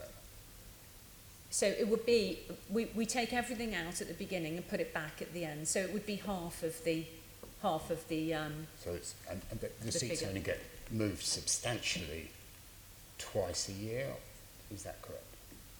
Out and in. Out and in? Yes. Twice a year? Yes. And that's it? Yes. Okay, thank you very much for that. How many properties, switch to housing if I can, how many properties are in the housing pipeline? How many homes are in the housing pipeline?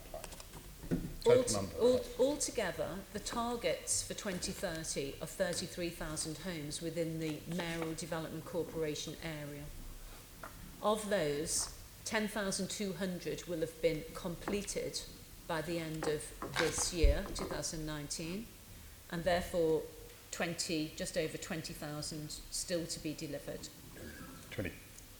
Almost 23,000. Of those, what percentage are family-sized homes? Well, our policy is to have quite high percentages of family-sized homes. So if I talk to you about what's got planning permission and what's on site, that's the easiest way to do that. Your policy is 51%, isn't it, for more than 2 bedrooms, is that correct? Well, for the developments on the park that are on our land that have planning permission, family-sized homes in one development, Chobham Manor, which is a total of 870 homes, is 75%.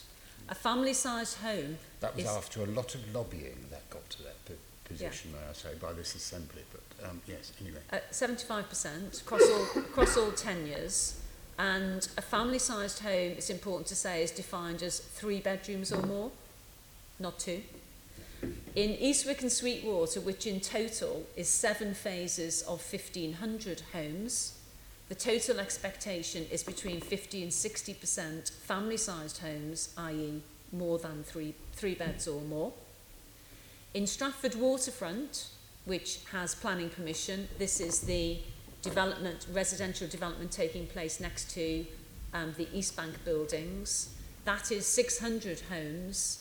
And the family-sized homes, now for this one, the statistic I have is that 51% are 2 bed or more in that particular development, which is more of a town centre site. Okay. They are the homes for which we've had ultimate control because they're on our land and have planning permission. Where we have outline planning permission, because we've not yet brought reserve matters forward, so detailed planning to the planning committee, we won't have tied down the actual physicality of the bedrooms, but our policy is to have more than 50% over 3 bed across the entire park. That sounds good, may I say, ish. Perhaps you could write to me with a breakdown of those. Yes. You rather spectacularly failed the housing delivery test that the government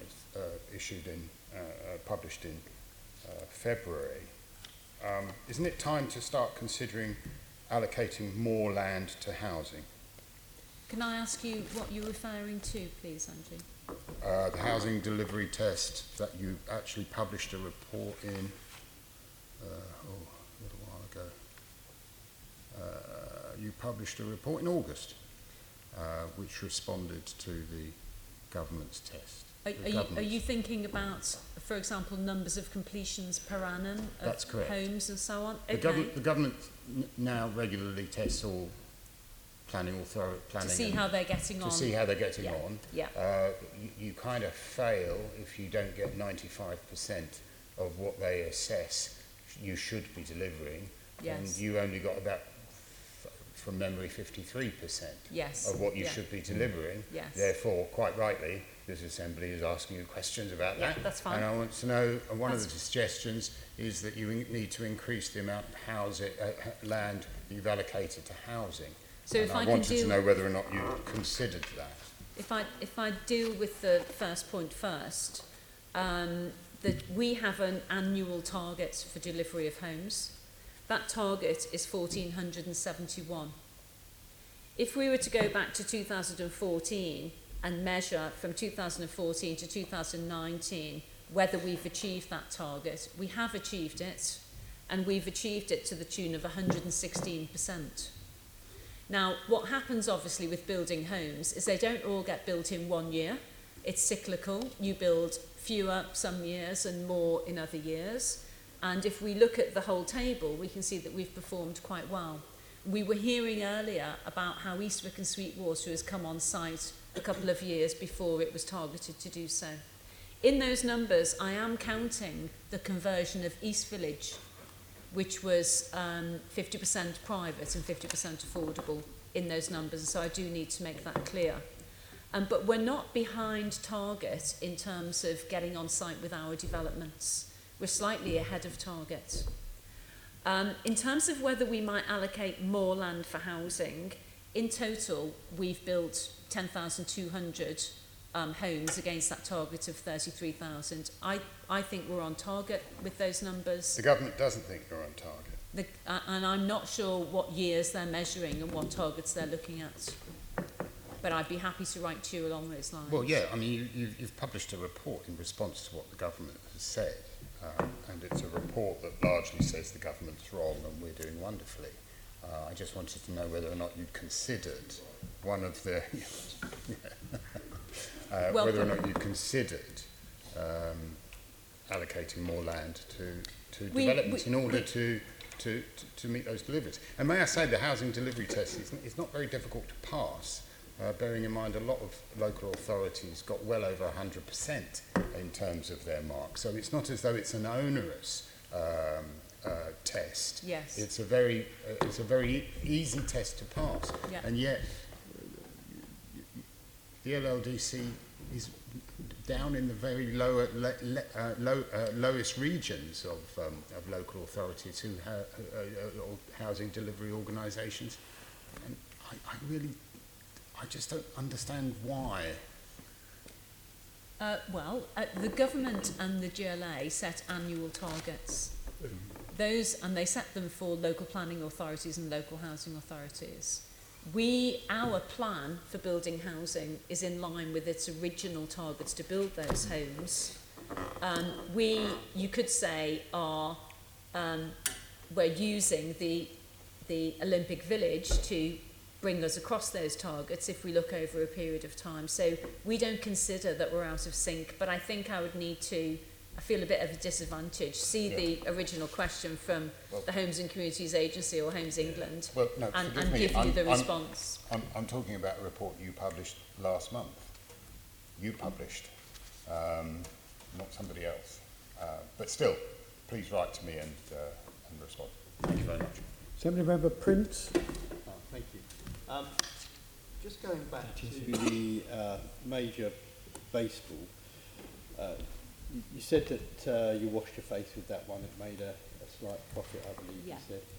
Does that take into account the extra cost, which from what you've said is around 2 million? Does it take that into account? The seat moves? Yeah. Yes. So the profit... It still makes a surplus after the seat moves. Okay, yes. Thank you. Okay. Okay. Thank you, Deputy Chair. Just to note, your responses to all requests from members will be headed to the Assembly's Directorate and then will be redirected to the appropriate members. so that our audit and our files are complete.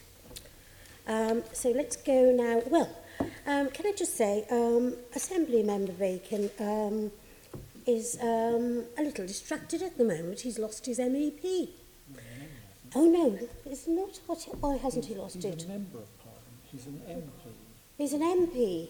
Well, something's happened in Orpington is all I know. Joe Johnson's resigned. Something's happened in Orpington. And so, Resigned to spend less time with his family. and so, as the very connected and committed Assembly member that he is, Assembly Bacon is clearly trying to find out what is happening in Orpington. So It's so useful to have mobile technology, isn't it? Oh, what a life we lead. Just like every moment. You can't miss it for a minute, can you? Every moment is a treasure. Deeply So enjoyable. so I'm going to call upon Assembly Member Bailey to put the third and final question. Do I have to say the question? Yes, just so quickly. Do you want me to say it for you? Please do. Oh, God. What do you see as the key challenges for the LLDC over the coming years? Okay, shall I go? Yeah, go on. I think I'm just catching up with the news. I think we are doing well in. I think LLDC is doing well in securing the Olympic and Paralympic legacy, but nevertheless, there's a need, I think, to maintain the pace of growth in what we're facing are quite some uncertain times. Yep. So that will be a key challenge going forward. We're pushing forward with East Bank and the housing sites. We've mentioned earlier about difficulties in the construction world and that uncertainty. I've no doubt that there will be viability questions going forward as well. We've all seen the flatlining of the housing market in recent times. We would hope for an uplift in that in the future, but nevertheless, we have made estimates of house price inflation in our long-term budgets that we may need to revisit over time, depending on how the market performs. Fundamentally, the legacy and our vision is about changing the lives of East Londoners. And so we talked earlier about the importance of making sure that for things like East Bank and housing, that local people are really feeling the advantage of that. That is another key challenge and a really difficult one to make sure that all sorts of local people get proper engagement into arts, culture and education facilities that are coming on the park and feel that it's something for them. And that includes skills, training and job opportunities as they come forward. The stadium remains a key challenge. We've spoken extensively about the size of the deficit that we're dealing with. There's a lot of work to do to bring that down in terms of taxpayer subsidy. And lastly, I talk about the transition planning that we've also touched on. We need to secure this legacy, a really high quality park and venues. We want to maintain a single estate that all of the boroughs can get behind as our borough partners, return the planning powers and make sure that we keep inward investment at the top of the agenda. That means that over the next couple of years we have to work really closely with the boroughs in bringing forward a strategy we can all buy into. We hope to have a strategy for transition signed off early in 2020, due to take a paper to our board in January, where we're hoping to get the boroughs to sign up to the date of the transition of the Development Corporation. So we've made good progress there, but still lots to do. And I would just add that actually I think an additional challenge is to do all of that in a time-limited organisation. And Lynn and her senior team and the rest of the team at the LLDC are very, very motivated, and it will be a challenge to keep them motivated in jobs which actually clearly have a finite timescale. And I'm very mindful of it personally, because I think a lot of the progress that we've been able to describe to you in the last 2 years is because Lynn and her senior team are fully engaged, and I'd like to keep them fully engaged, even though the organisation hasn't got a long-term future. When you talk about the challenges going forward, and you talk about particularly about the handover, you seem to have a work stream. You have a team who are looking at that. Yes. I think one of the biggest challenges was mentioned earlier about convergence. Do you have a work team looking at that? Because in your own comments, you've just said one of the biggest challenges is making sure that local people reap the benefit of what's going on. Is that a separate work stream? So we have a lot of work in terms of monitoring. We can tell you the numbers of people engaging and the impact we're having in that regard. So the proportion of local people that work in our venues, the proportion of local people who visit the park. We have that kind of a database. What we don't have is what impact is this regenerative project having on, say, a set of key performance indicators out in the boroughs that are measured in terms of people's life chances, because we don't own those indicators and they were owned by the boroughs. What is really positive now, though, is that the 4 boroughs that are our neighbours have started coming together to think about whether they do want to reinstate some impact statistics around that area. It's difficult, but it was never really owned by us. It was owned by the boroughs, and the impetus for measuring that has fallen off somewhat in recent years. But I agree, you know, it's important, I think, that we are able to say what the impact has been beyond a list of numbers, actually, because if we can't show movement in those statistics, those key statistics, whether they're educational outputs, job outputs and so on, and changes in people's lives, it's very hard to really focus on the difference that's been made. So we, in our organisation, were always a supporter of Convergence, but it was never really owned by us as a piece of work. I see what you're saying, but it needs to be more than just the statistics, doesn't it? Because if a thing is working or not, you need to know now so that you can make the change, because as Peter said, you are time limited, so you'll run out of time to deliver what for many local people is the most important part of this, a life change. And I'm just trying to tease out, are there a set of people within the borough, within your own team, are you encouraging this activity to look at what's worked and what you can change in view of the fact that you are going to end at some time soon? We have started a piece of work outside of the boroughs, although they're aware of it, to look at social impact locally. And we have the advantage of having very close relationships with UCL. So we are looking at the minute of establishing a discrete set of indicators in and around the Olympic Park area that might show us about subtle changes in people's circumstances and so on. But it's a very early piece of work in social impact, and it will be academically held, so it will be a good quality piece of work. But it's taking a while to develop that, and it's early days, to be honest with you. Okay, thank you. But you are right, because one of my concerns is that actually in the run-up to transition, that we don't take our foot off the pedal in doing this, that we hand over to the boroughs at the end of the life of the organisation a running rate of change which is you know, credible, and that somehow in the running down the organisation we don't let up that, which is why I'm so pleased that the partners in East Bank are taking such interest in bringing what they do into the local community now, because that's one of the additional features which the LLDC is bringing on, which will be a permanent legacy. Thank you for that. I also agree. What effect is the deficit that the stadium runs at going to have on transition? Well, so it's a really good question. One of the reasons that we have to work so hard to put the stadium on the best possible footing is because I mean there is a view, or there has been a view certainly from a long way away, that somehow this is a priceless set of assets which needs to be carved up between people willing to take them.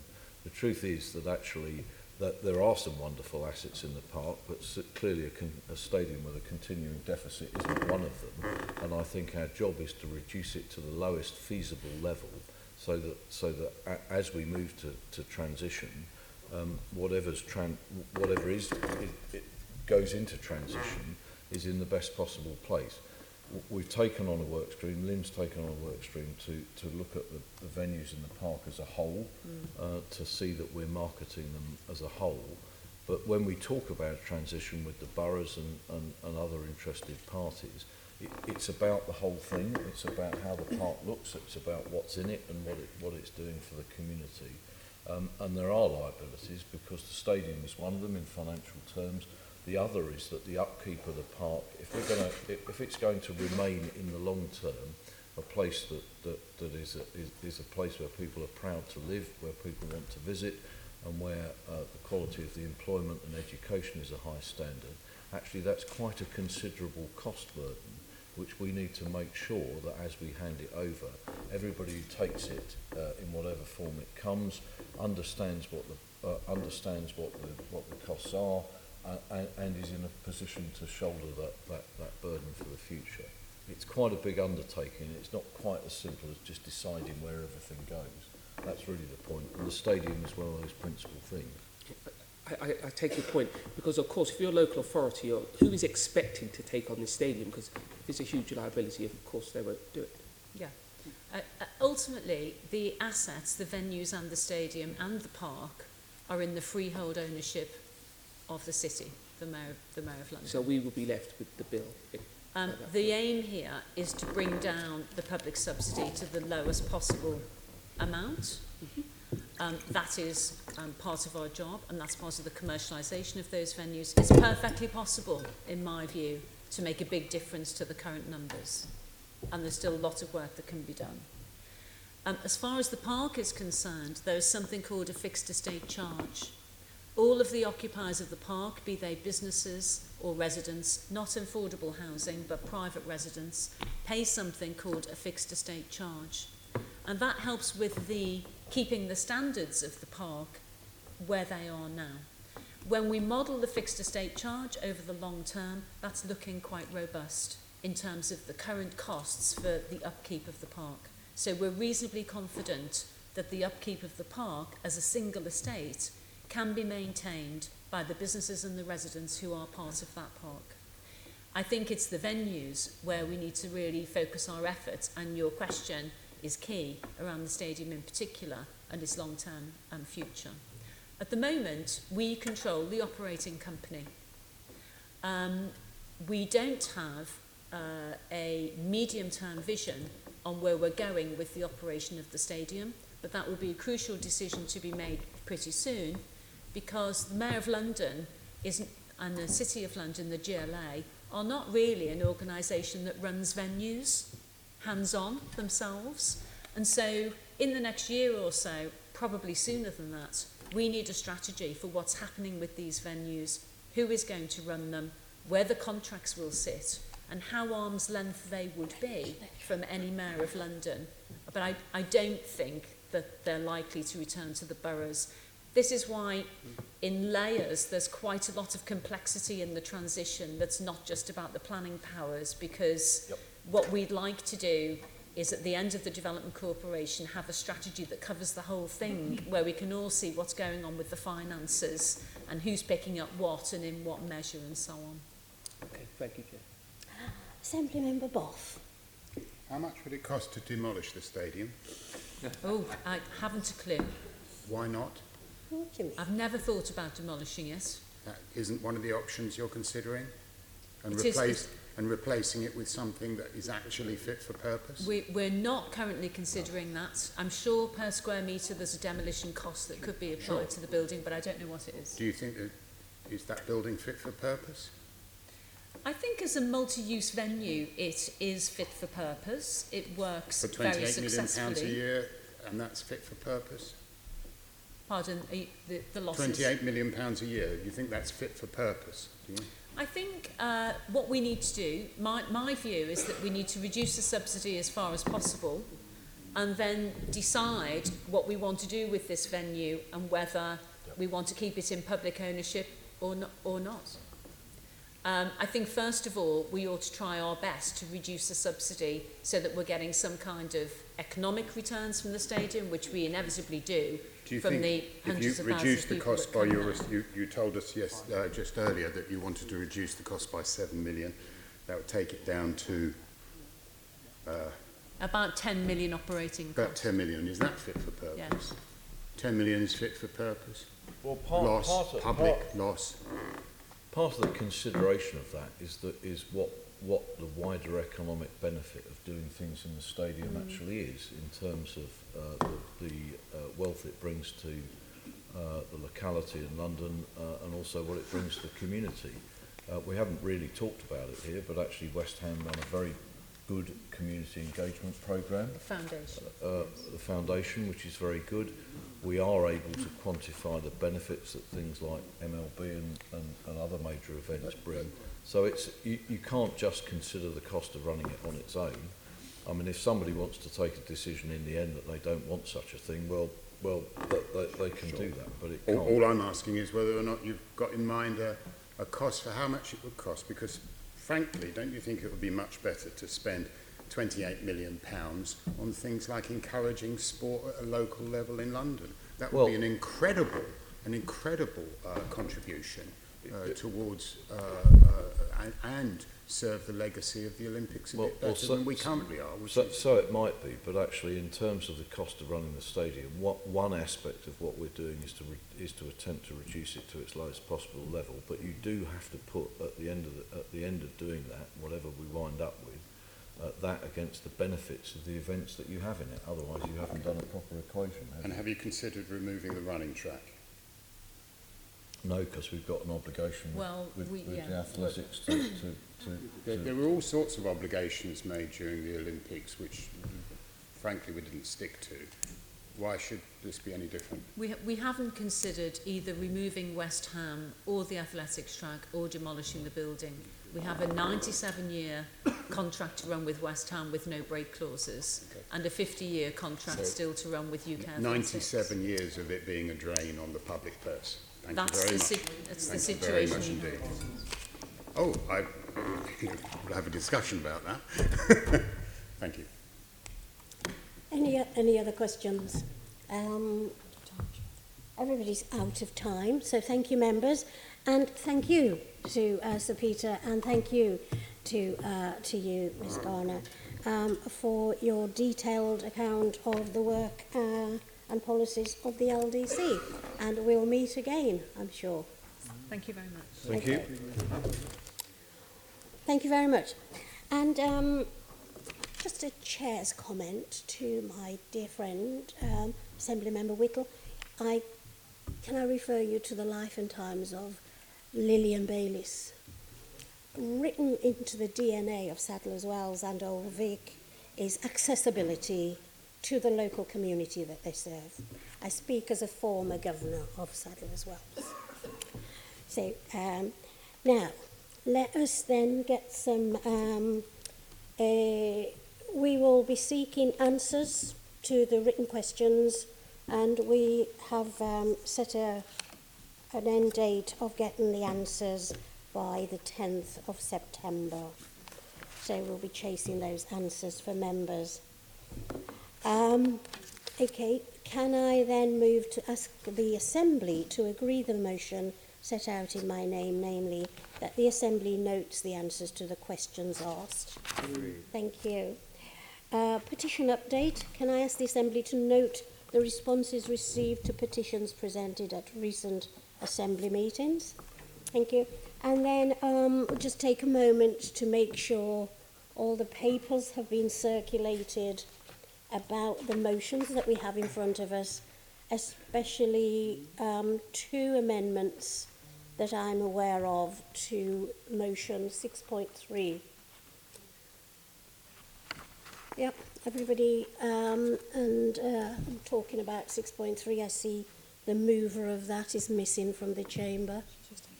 Where is he? Oh, sorry, 6.3. Assembly Member Bailey. Okay.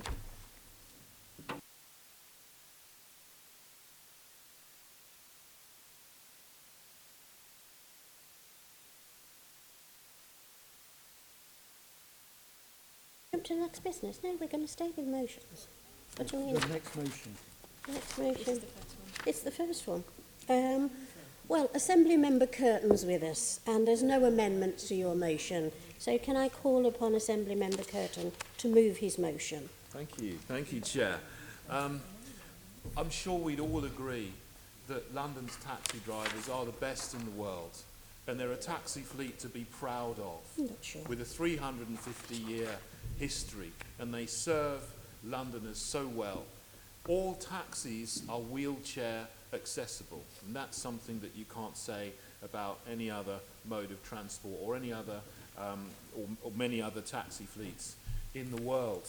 And yet, like never before, our taxi drivers are feeling under threat, and they are under threat if you look at the numbers concerning the taxi fleet and the numbers of taxi drivers.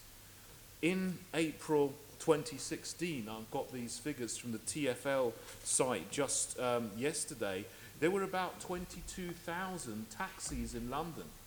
But today, there's just over 19,000. So the number of taxis has gone down by well over 2,500 in just 3 years since the current mayor took office. And similarly, the number of taxi drivers has gone down from 25,000 to 23,000. 2,000 drop in the number of taxi drivers driving our taxis around London. That's for a variety of reasons. But the mayor has put in place a number of policies and a number of changes concerning the taxi trade in London. Some of those are positive. He talks often about taxi drivers being able to use more bus lanes, and that's true, particularly in outer London, maybe not so much in central London. Taxi drivers now take credit and debit cards, and they've accepted that. There's the zero emission capable taxi since the beginning of last year. Taxi drivers and organisations have accepted that as well.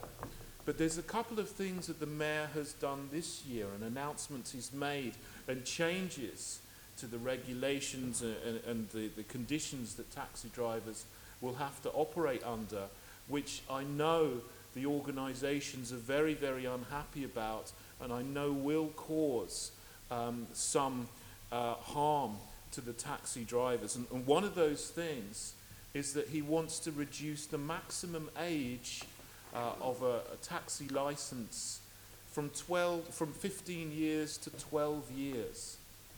But that will take another 6,000 taxis out of London's fleet.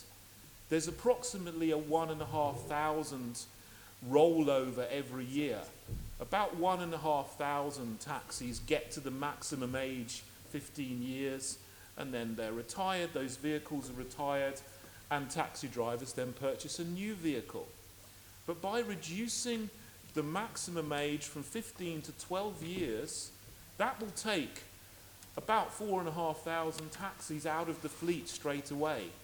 And he's also introducing something called maximum age mandating.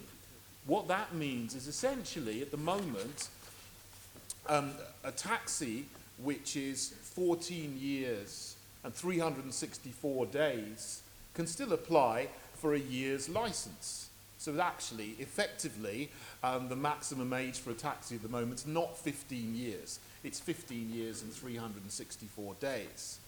By introducing maximum age mandating, what that means is a taxi will no longer be able to apply for a license unless they have a full year left until the 15 years. So instead of it being 14 years and 364 days, that will go down to 14 years and 0 days. And by taking another 3 years off the maximum age, a taxi will not be able to apply for a license until over 11 years, so that it finishes on 12 years. So 6,000 extra taxis will be lost from the fleet. Taxi drivers are struggling to have vehicles to purchase, and particularly those who operate and drive around in taxis that are rented out by some of the taxi fleets. Is something that's little known, that we assume that all of the taxi drivers own their own taxis. But that's not actually true. Yeah, perhaps about half of them do, but half of them rent taxis weekly or monthly from large fleet owners. They pay £200 to £300 a week to rent a taxi, and then they drive those around. Now, those taxi fleets are struggling to purchase taxis. Your last sentence. Because the number of taxis in the fleet has gone down. I hope you will consider this and consider how hard it's going to be for taxi drivers if these changes come into place, which is why I've introduced this motion. And Assembly Member Prince is going to talk a little bit more about the Mercedes veto and other things. Thank you for listening. Call upon Assembly Member Prince to second the motion. I so second and reserve my right, Madam Chairman. Reserve. I'll call upon Assembly Member Whittle. Yes, thank you, Madam Chairman. I completely support Assembly Member Curtin's motion. First of all, I would actually like to say that, first of all, not only does he display an extraordinary detailed knowledge of the whole business, he's been absolutely relentless in his championing of the taxi industry in this town. And for that, I think he should be commended. I think that all the points he made absolutely stand. I use cabs every day in London. I make sure that I do, actually. And the fact is that they feel entirely beleaguered, as of course they would. What they also say is that whenever there's an election here, or when we have a new mayor, they always suck up to the taxi drivers during the campaign, and then they pretty much abandon them. What maybe they don't necessarily think is going to happen is that they will be sort of attacked subliminally, or at least sort of chipped away at. The industry will be chipped away at from below.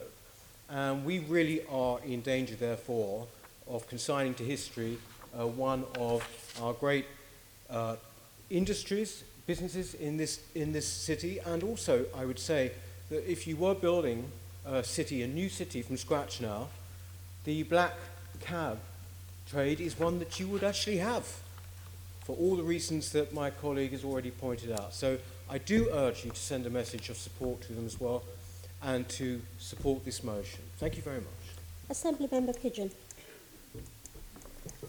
Thank you very much. I'm not unsympathetic to this motion, and I've been working with the taxi trade for over a decade on these issues and understand the challenges. However, we have got to do something to clean up London's air.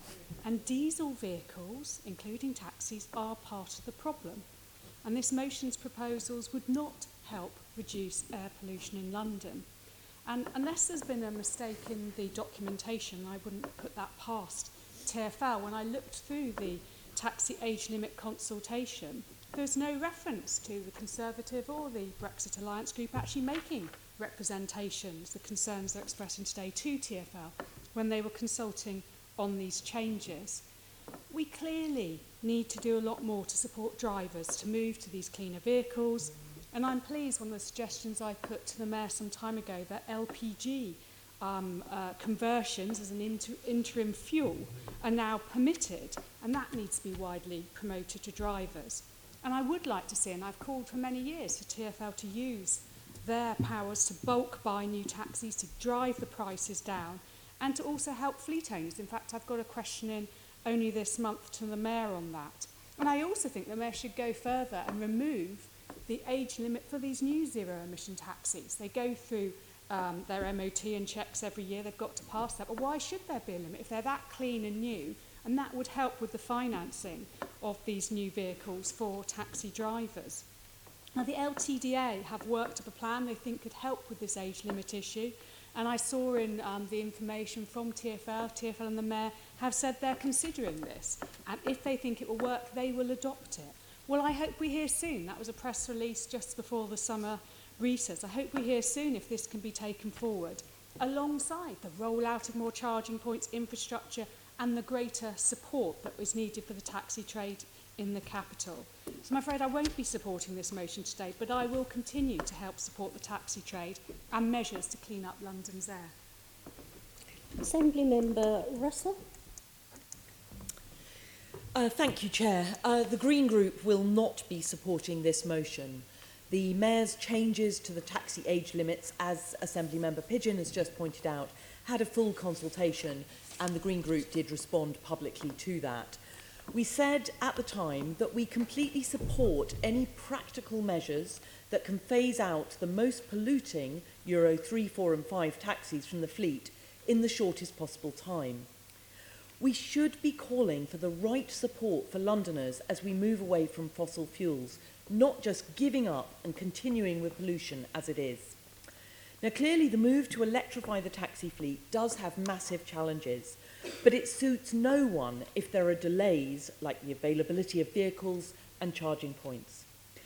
We have to decarbonise our transport systems and vehicles in a fair way that supports people through the transition.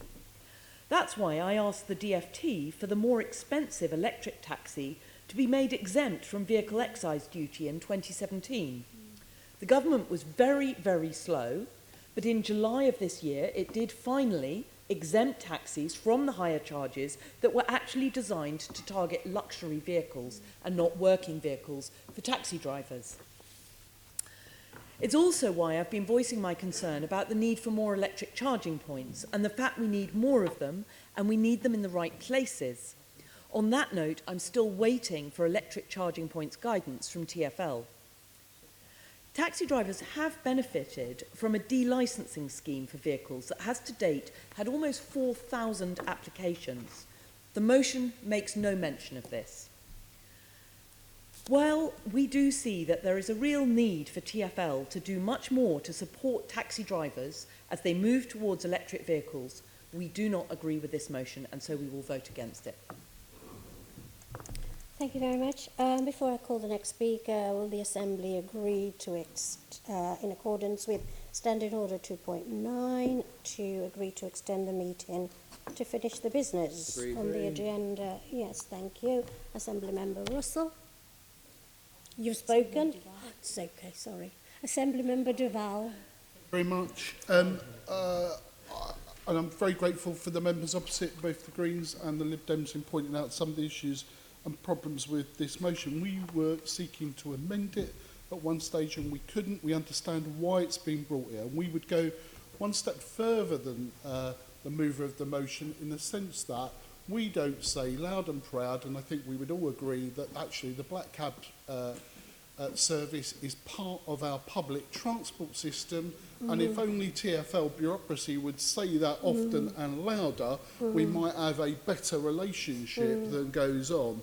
Now, we've got a mayor here that actually has responded to every request from the black cab system and tried to deal with their asks in going forward, more so than any of the previous other mayors. And I listened very carefully to Assembly Member Whittle and his response to about mayors, and I think, yeah, if I was a black cab driver, I might say that about all politicians, to be honest. And I've been in the back of black cabs as well about systems that even moaning about the decisions that were taken because their association's taken. And I think there's all sorts of problems. I'm very critical of the way TfL engage with the black cab service. I am constantly going on about the issues of those of the central associations doing down the suburban black cab drivers and doing them down, and actually we should be more honest and try and get an equal playing field for all black cab drivers in this city than playing off one against the others, which I believe TfL officials do.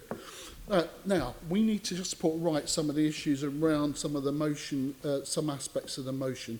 This is right and central that the Mayor is trying to do something about air quality, and that needs to be recognised. And I know that creates difficulties, but I think in terms of Assembly Member Russell was trying to say, well, we need to help people with that. And the Mayor has tried to help in moving towards that. There is, you know, the 42 million fund that encourages owners of the oldest and the most polluting to diesel black cabs to retire and to receive some support in new, cleaner vehicles.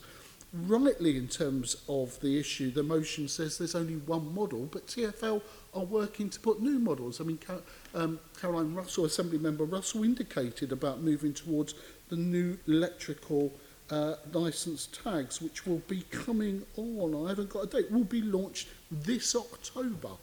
So there are options and movements. I understand the sentiments of people, why the movers moved the motion, but it would be better if it was done in the round. So, you know, we are sympathetic. We don't get out of bed to make life tougher for people, but we do want to do something about improving air quality here in London. And so those issues. And then finally, Finally, it needs to be recognised that there is there's also facing the reduction of the maximum age limit. It's taking it down by 1 year until 2022. So the total age limit means that taxis will no longer be licensed over their maximum age limit. So there is movement and recognition to what the mover and the seconder, when he speaks, is trying to move towards. I know we're at that time where we all want to get, no, sorry, not we, there are certain members around this assembly table that want to get some hit on the mayor. And, you know, it may well be appropriate, but I think it's wrong to actually just dump on the mayor on this issue when he's trying to combine two issues. One, do the right thing by black cab drivers, but also do the right thing by Londoners in cleaning up the air quality in London. And today, with that announcement of that we've got the largest public bus fleet that's clean air, electrical driven in that sense, is a great keystone in moving towards that. So, with that, we on this side are not as harsh as maybe as some of our colleagues are taking on the other side. We will abstain in terms of this motion, even though there are parts of it that are wrong.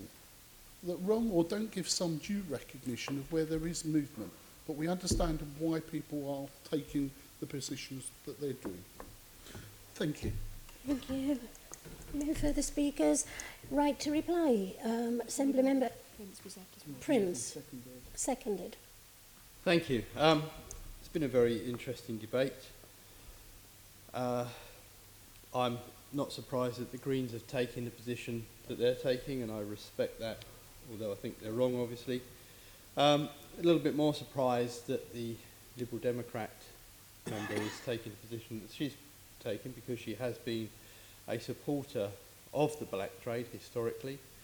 I think that should be recognised. But the problem we have here is, and I'm particularly not making this an attack on the mayor, because, you know, the mayor has the right to do what he wants to do, but it's just about fairness, really.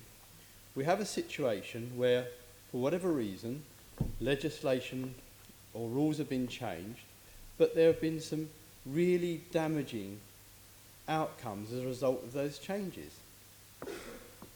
Yes, of course we want to clean up the fleet, and it may not be a bad thing to take out the 3, 4 and 5 euro taxes, but what that has created, especially with this scrappage scheme that Assembly Member Russell referred to, is that there's now a shortage of cabs. Now, if the manufacturers of the electric vehicle, LLDC, could increase their production and produce more cabs, that might be a good thing, only that they're incredibly expensive to buy. And the situation we have at the moment is that a number of older taxi drivers would have bought their taxis 12, 11 years ago, in the knowledge that by the time they get near to their retirement, that cab will be fully paid for, and they can then do a 2 or 3 day week, and they can slowly ease themselves into retirement. With this change, what has happened is those drivers will not have that cab that is free to them. They would have to go out, if they wanted to continue, they'd have to go out and rent a vehicle. Now, that would cost them. They would have to rent that. There would be a cost. That would mean they'd have to pretty much go back into full-time work and not have the ability to go into semi-retirement. And I don't think that has been considered in this policy. The other issue we have, because of the scrappage scheme, there are far fewer cabs, and that means that even if you did want to rent a cab, it's almost impossible to do it now. There's a real shortage of black cabs to be rented.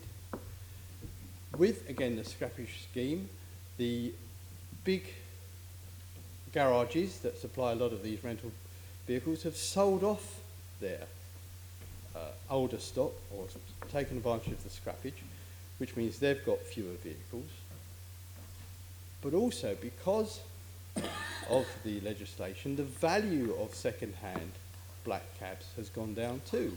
So if you were a younger driver and you wanted to buy a new LLDC electric vehicle, you've got to find even more money, because the second-hand market has collapsed. so making the electric vehicle more expensive. Now, if the Mayor and TfL could look to allowing for a short period until we have better supply from electric vehicles, where they could register the Vito 6. Now, bearing in mind, the Mercedes Vito 6 complies with the ULEZ. We have now a new bus system, an on-demand bus system. That vehicle uses exactly the same engine as the Mercedes Vito 6. So it's all compliant with all the air quality standards that we now believe to be correct. So I cannot see why we cannot permit the licensing again of the Vito 6 for a period of time to help sort out the problems that this policy has created. It would also mean that the value of second-hand market would go up. It would mean that younger drivers would be able to afford to buy the new electric vehicle. That would mean there'd be more second-hand Vitos on the market. That means there'd be more vehicles for rent. That means rentals would go down. That means people with older cabs could rent taxis more cheaply. All that is very simple economics. And what we forget here, actually, is that taxi drivers, why we call it a trade, it's actually independent traders, it's independent people. And these policy changes, whilst they are well-meaning, have massive financial effects on these individuals. And I don't think that has been taken into account. So it's all very well for the Mayor to introduce a policy, but the cost of that policy is being borne by individual Londoners. Thank you. Thank you very much. Assemblymember Curtin. Okay, thank you, Chair. Just briefly, thank you for all your comments. It's been a very interesting debate. Just respond to Assemblymember Duval. Thank you for your speech as well. And I'm not trying to dump on the Mayor. As I said in my opening speech, I do acknowledge that he's made some changes which have been of benefit to taxi drivers, but on these two specific issues, which the motion is about, I know there's a serious amount of concern in the trade because it's going to affect the livelihoods of drivers, and not just them, of course their families and children will be affected. You know, when we deal with Crossrail 2, the OPDC and so on, they make a business plan which they have to set out before a policy is enacted, and if that business plan is not viable, then those projects can't go ahead. But similarly with taxi drivers, they're putting together a lifetime business plan when they become a taxi driver. It's a very, very expensive business to do the knowledge, to purchase a taxi up front, and they put in a lot of money in the first 5-10 years and hope to recoup that over a lifetime of driving taxis around on London's roads. And if there's a change which is unexpected, that can completely scupper their whole lifetime business plan. And that, I think, is what many of the taxi drivers are feeling at the moment. So this motion is trying to look at things from their point of view. And you know, I thank you for your commitment to abstain, your position of abstaining. I know you do have concerns about air quality and so on, but I hope Assembly Member Prince has addressed some of them by what he said about the Mercedes Vito. It is recognised as being able to drive in the ULEZ because it's a Euro 6 diesel. And there are many, many private hire vehicles which are Euro 6 diesel as well, many, many more than would be registered every year in the taxi fleet. And the Via vans, which are on trial, are also Euro 6 diesel. So those do comply with the Mayor's new ULEZ. So hopefully that's come some way to assuage your concerns on that issue. But anyway, I've said enough now. Thank you for the debate. Thank you, Chair. I suppose we can move to the vote now. That's kind of you. Sorry, I've taken your line, haven't I? Sorry, Chair. Well, just for information, we could always move to the vote before summations. And that would give us a 5-minute extra. Just a thought to the other 5 movers. Okay, let's go to the vote. Those in favour of the motion? 1, 2, 3, 4, 5, 6, Chair. 6 in favour. Those against? That's 1, 2, 3, Chair. Okay, motion is passed. 6 in favour, 3 against. We don't count abstentions. Unless people ask to be recorded. Unless it's real. Is there a wish for abstentions to be recorded? No. Okay. Let's then move to motion 6.2. This is the second of 6 motions. Not that I'm labouring the point. So can I call upon Assembly Member Pigeon? Thank you. This, I hope, is a non-controversial motion. Support for the devolution of rail franchising to TfL is a policy many of us have long advocated. It's a policy supported by the current and past 2 mayors of London, along with many London MPs of all parties and Assembly members. And we have seen real achievements from the London Overground model. And we've seen the benefits of devolution: higher capacity, better reliability, safer stations, integrated fares, and better accessibility for the turn-up-and-go service for passengers with disabilities. And there are also wider benefits as well. Train devolution, I think, could really assist with economic development. And it would also deliver stronger accountability, with passengers knowing directly who to hold to account. But I think the Department for Transport's decision to give an extension to the South Eastern franchise and pause that new franchise process is a real opportunity for passengers. Instead of settling for just a few minor improvements and changes in the service, this period provides a real opportunity for substantial passenger improvements to be delivered and for suburban rail in London to be transformed. You know, much of South London, and especially South East London, lacks the tube. Residents absolutely rely on the railway, and with the right approach and investment, it could be transformed and capacity increased. A well-run, safe and accessible metro rail service is essential. So rail devolution is needed, though, to transform rail services for passengers in South East London and indeed across the capital. London Overground model has shown that this can work, and I hope this motion will receive unanimous support and we can put the case to the new Secretary of State to use this moment to devolve metro rail services to London. Thank you. Assembly Member Eshalomi to second. Any speakers to this debate? No speakers. Summations? Yes, right to reply. Just keep it short, bearing in time the mind. And just to completely agree, and I hope that we will, and cold Assembly Member says, I hope that we will get support on this. I think what's really important about this motion as well is the fact that this franchise was pulled by the government because they raised concerns. We should question some of the other franchises which, again, have had extensions over the many years. And what was quite damning was that the government's own reason for pulling this franchise, they stated, this follows significant concerns that continuing the competition process would lead to additional costs incurred by the taxpayer, with no certainty that this will deliver the envisaged benefits for passengers in a timely fashion. I don't need to rehash all the stuff around the timetable fiascos, issues around delay in compensation. Passengers are fed up. Again, this has had support from right across the political spectrum.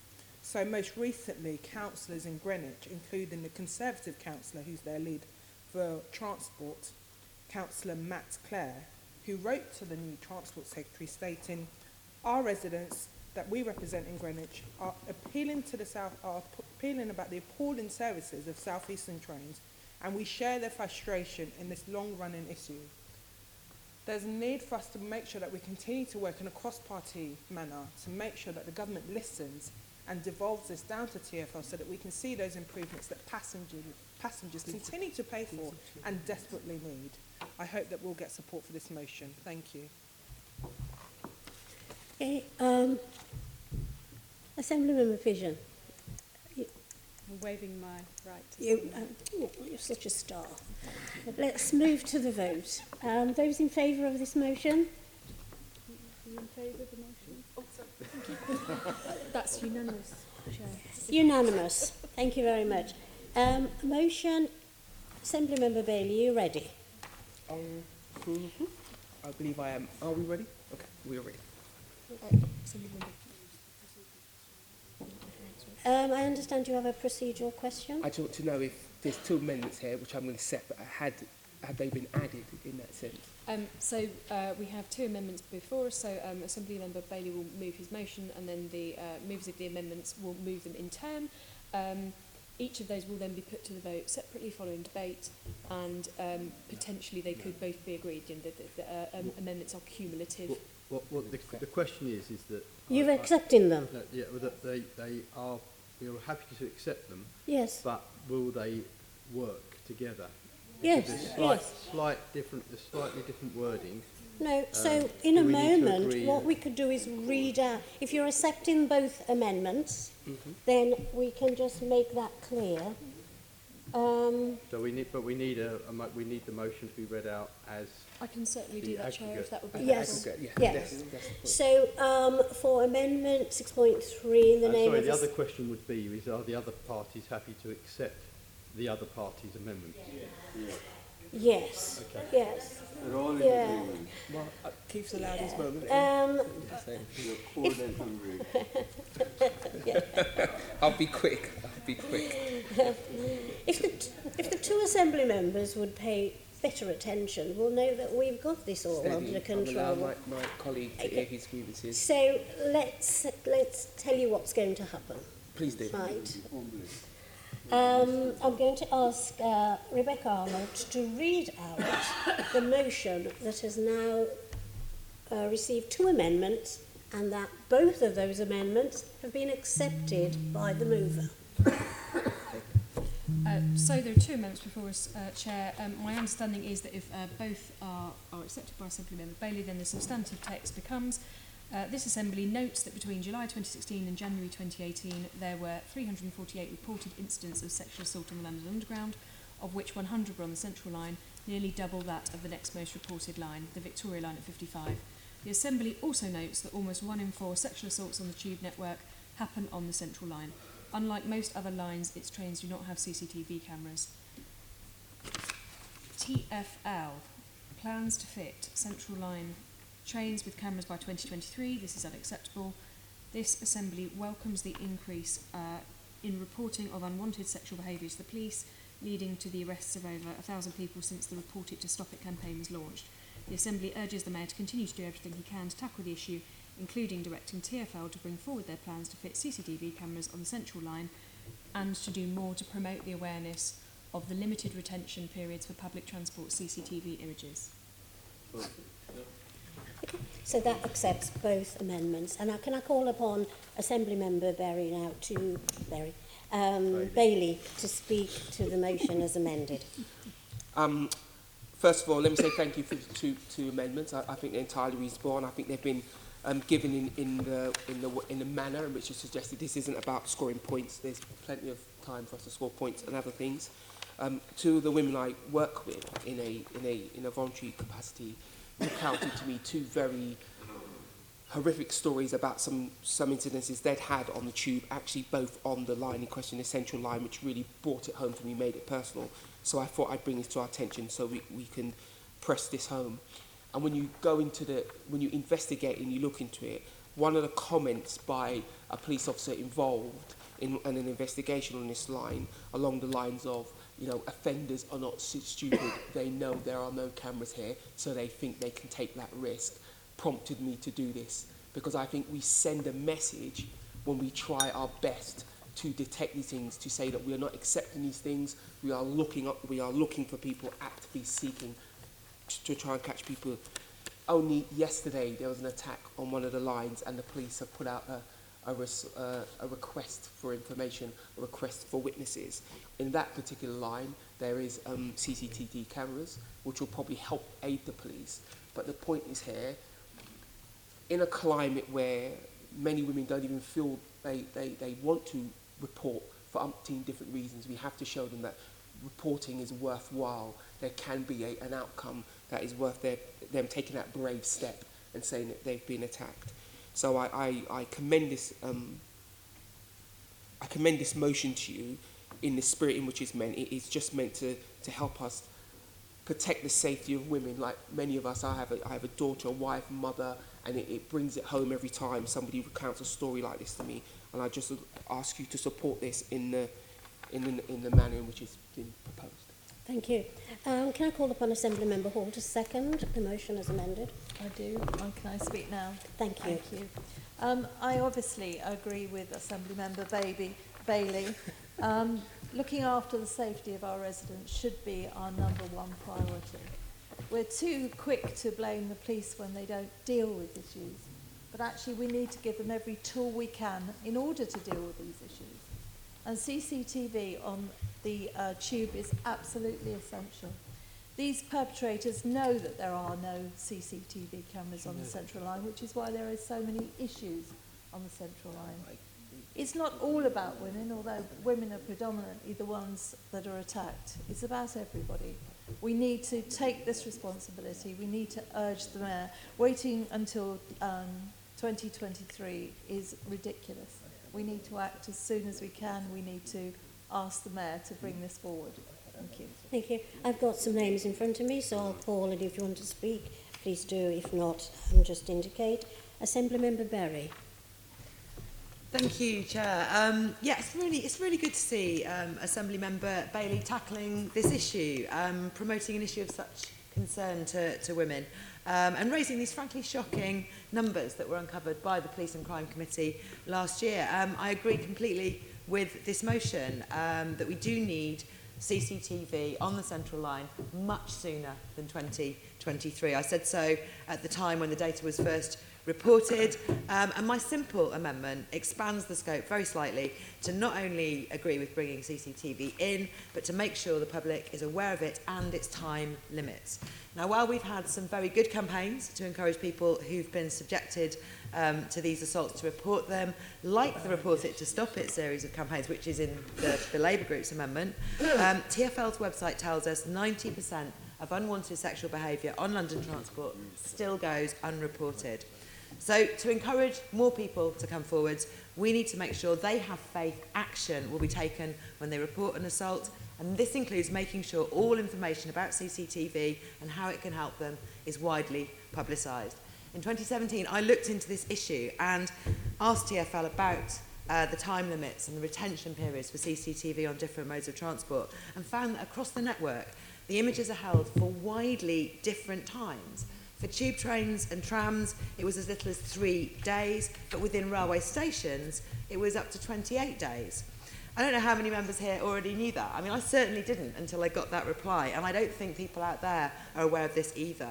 So if someone's assaulted and it takes them a little while to pluck up the courage to report it, the evidence could already have been expired and deleted if we don't do something more about this. So I think this is a really simple amendment that I've added. I hope you'll support this sensible addition, and we'll keep calling on the Mayor to do more to promote the existence of these time limits, because I think we're losing evidence every day that we don't need to. Assemblymember Russell? I didn't. Okay. Oh, I'm seconding, sorry, formally. Thank you. Do you wish to speak now? No. Assemblymember Sahota.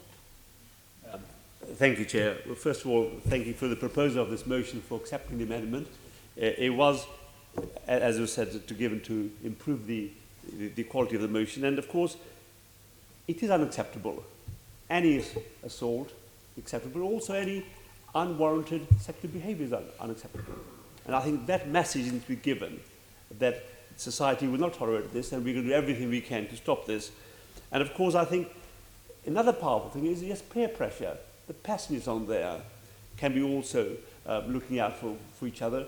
And the fact that the Mayor has run a campaign of Report It to Stop It is a very good campaign. And I think we need to encourage people to come forward. If they see something is happening wrong, is to use their cameras, is to use their own presence there to support whoever's being harassed. And I think the Mayor should do everything within his power to pressurise, to instruct, to require that TfL should put these CCTVs as soon as possible. And I think there's so we on this side are happy to support this motion because, as the motion says, the current state of affairs is unacceptable. Thank you. Okay. Assemblymember Echelon. Just really quickly, Chair. Just to say that again, do support this motion. I think we've got to remember that the Mayor has a really ambitious target of getting more people using public transport. And if we're honest, for outer London boroughs, the tube plays a key part in this. So the Central Line, for a number of people living in those outer London boroughs, that's their direct route coming into London. But if those women, and some of the men as well, being attacked, don't feel safe using the tube, then we have a problem. So I think it's right that we are continuing and urging the Mayor to do everything within his power to look at how he can work with TfL to make sure these cameras are fitted sooner rather than later. Thank you. Thank you very much. And back to you, Assemblymember Bailey, for summation. To sum up, I'm just going to talk about the two amendments that were made. The two amendments that were made were really good. I think they really added to it, and I thank you for that. When the first amendment, around the time the evidence was held, I didn't know, and I really appreciate that, because that's a very important thing, because once someone's taken a brave step of reporting it, to then be disappointed to find that the evidence had been erased would probably knock that person back, and also set the scene for driving down reporting numbers. So I think it's a great amendment. And again, the promotion of the Stop It campaign is incredible, because it's again sending the message that as a Londoner, as a group of people who live in this city, we are looking to make sure that we squash this behaviour, eradicate it. So I accept the amendment, and I thank you. And just to go to Florence's comments, Assemblymember Shalomi, you're completely right. And with the advent of the night tube, it heightens the tension around, can you ride the tube safely or not? Can you be on our public network safely? So anything we can do to promote that not only means that people can feel safe on the way to and from work and revelling or whatever, but they also know that we are vigilant. Because a lack of vigilance means these things come back. When we're concentrating, that means we can eradicate them. So I just thank you, and I hope that you'd all feel able to vote for this motion. Thank you. Thank you very much. So let me put to you, members, the motion has now altered. Those in favour, please show. That's unanimous, Chair? Unanimous. Thank you very much.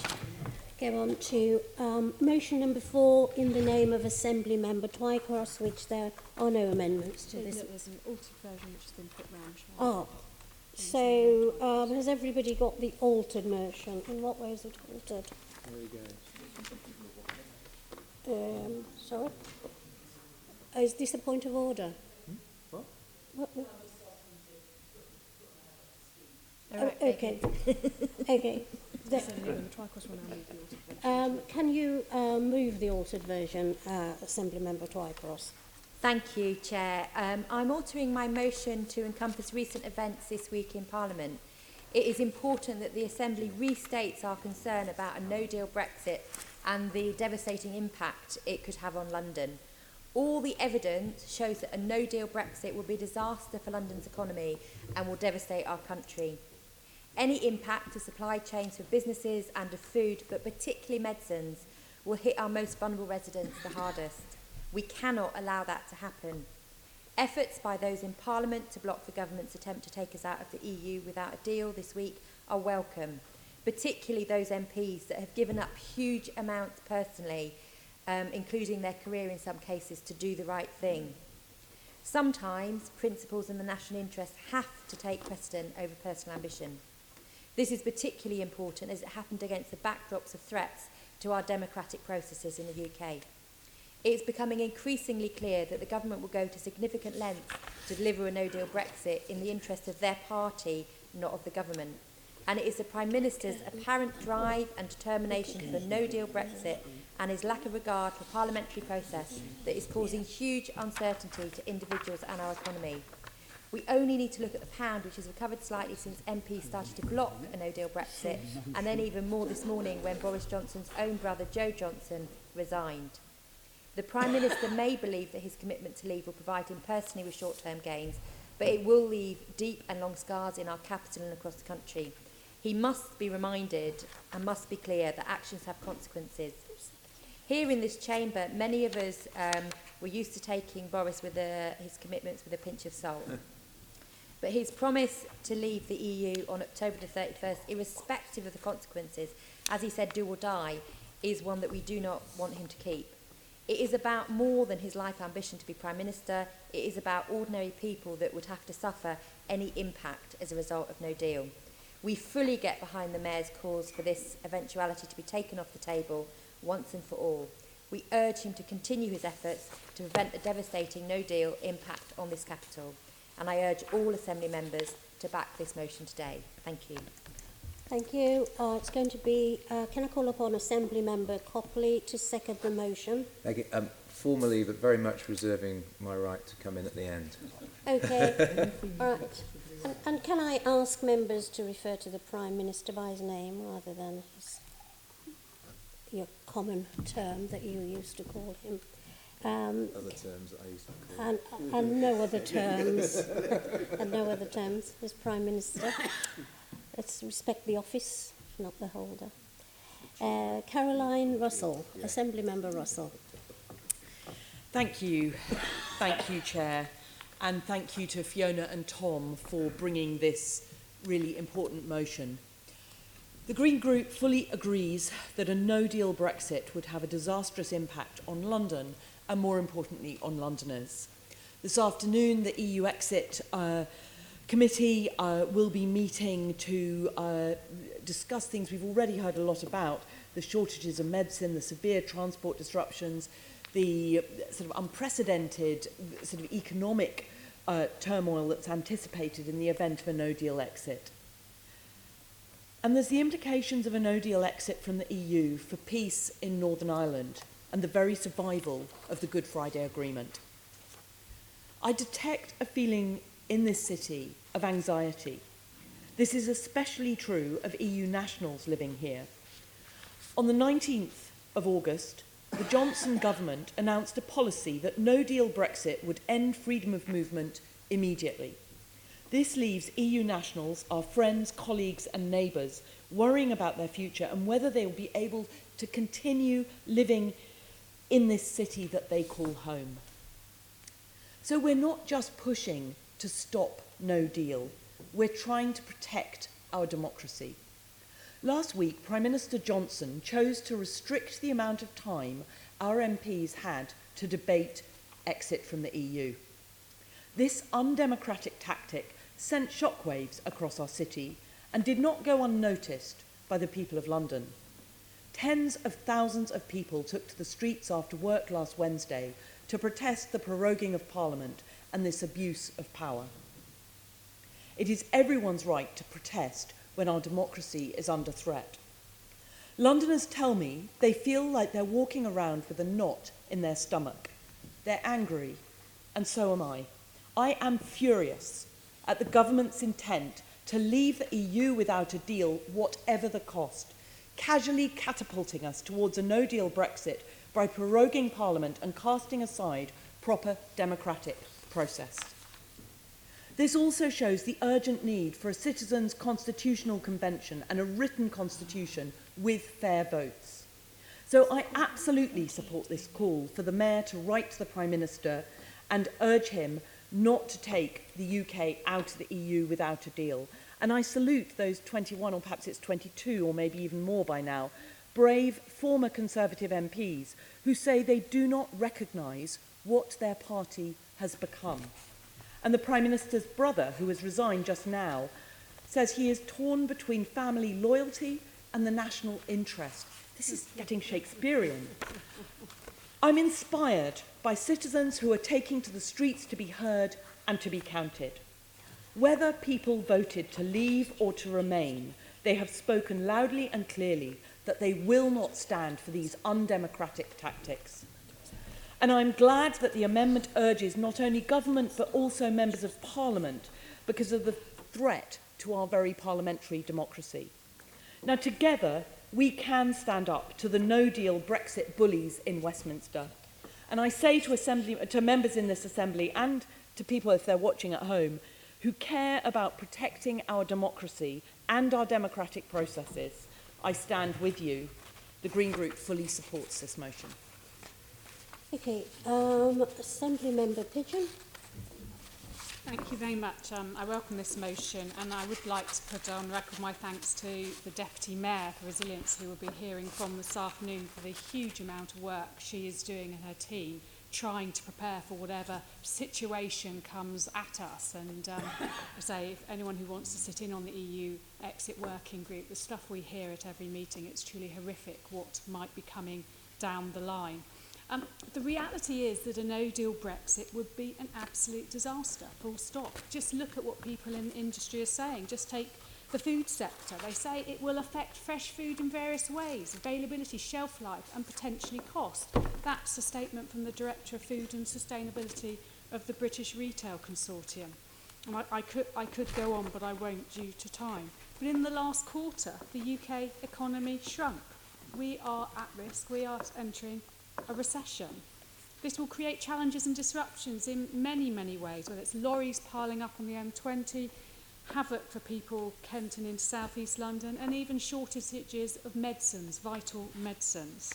And it all really affects small businesses in London and around the country. But of course the argument put forward by the Prime Minister and his dwindling number of Conservative MPs is that threatening a no-deal Brexit will strengthen our negotiating position. It's simply not true.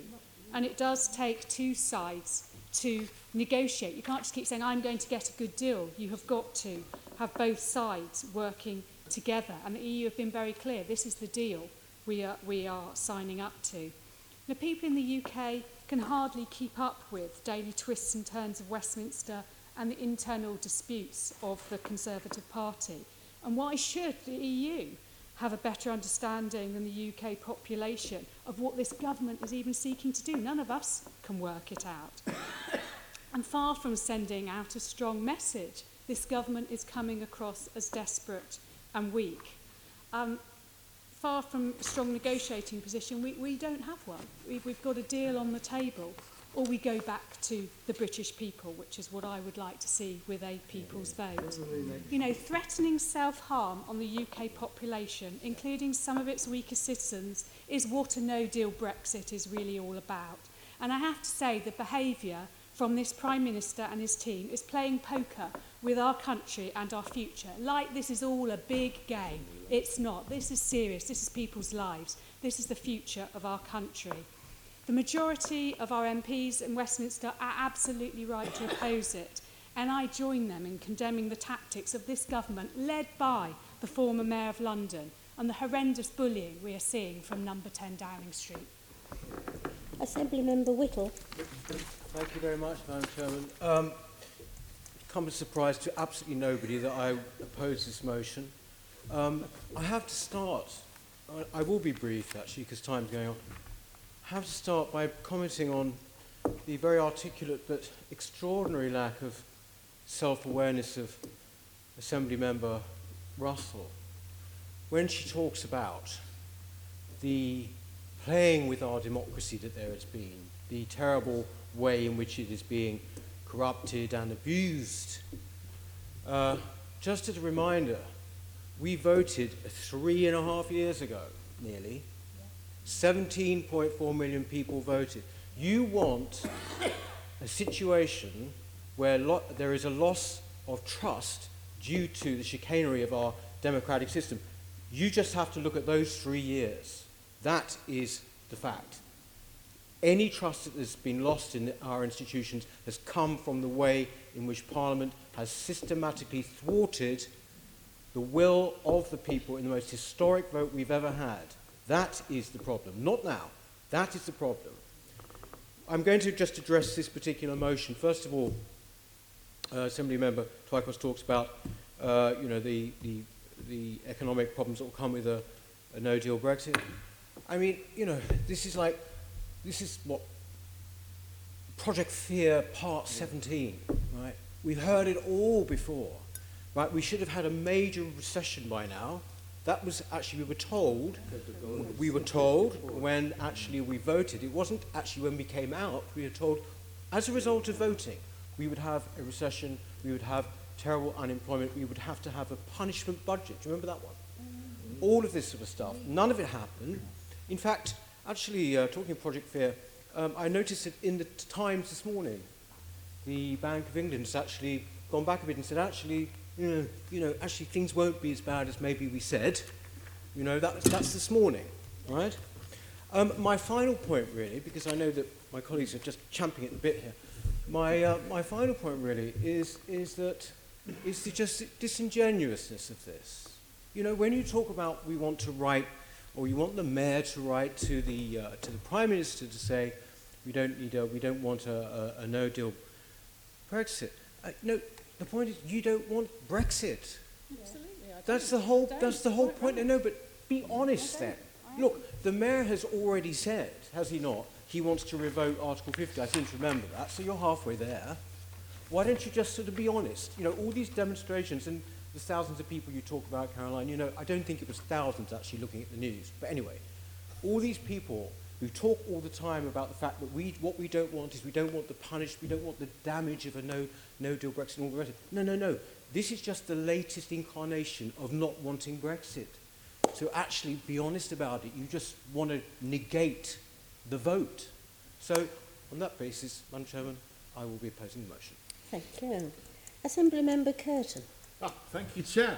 Well, we're debating Brexit again. It seems that we debate Brexit every month, but I feel you're so pessimistic. You're still pessimistic, even though we're now less than 2 months away from leaving the I'm European excited Union, by your which speech. is going to be a wonderful day, the 31st of October, when it happens. It's been delayed twice. That's very unfortunate. But, you know, let me see if I can lift you from the slough of despond that you seem to have fallen into, and give you some wonderful vision of the future, which is, by the way, what the British people have. And that, at the end of the day, is the only valid thing when we talk about democracy. Because we had a vote. Remember, we've already had a people's vote, and that was on the 23rd of June 2016. And the British people decided we were going to leave the European Union and the burgeoning superstate which is emerging, and we're going to take control of our sovereignty.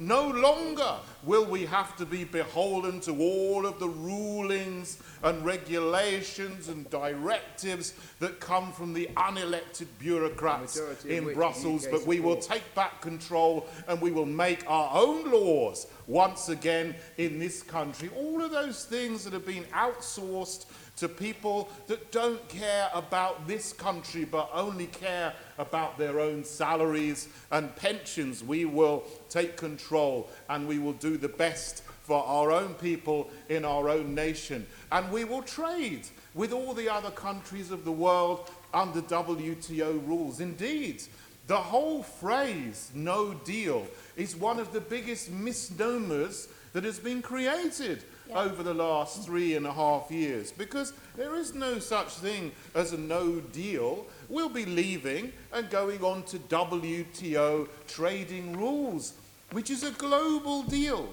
It's already a framework which is already there. We'll trade with the European Union in the same way that we trade with the United States and Canada and China. There will be no problem whatsoever. But that's only one aspect, the trade, and trade will be very good.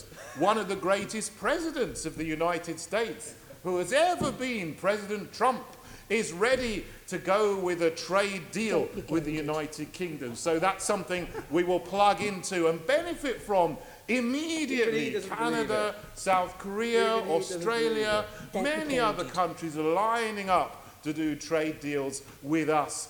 This great country with a great economy. It's not just about trade, as I said, it's about sovereignty. It's about our fishing waters, and our fishing fleet has been entirely decimated over the last 45 years from being forced to obey the common fisheries policies and all of the quotas that they apply to our fishing fleet. They're very much suffering and are looking forward to the liberation which will come when we leave the European Union. And also the money, £39 billion at the very least, which we could spend in this country on police, on nurses, on hospitals, on schools, on roads and infrastructure that was going and just lost into the ether from the British people. We're going to suffer by losing that £39 billion. Let's keep our money in our country and invest in our people. So in every way, leaving the European Union is a good thing. It's a good thing for our nation. It's a good thing for our democracy. It's a good thing for our people. And it's a good thing in general for everyone else who relates to us and trades with us around the world. Let's get on and leave the European Union. Thank you very much. Well said. Presentation. Well, I would. We're not allowed to. Well done. Well done. When you're ready, Assembly Member Hall, follow that. Thank you, Chairman. Well, I completely agree with all of that.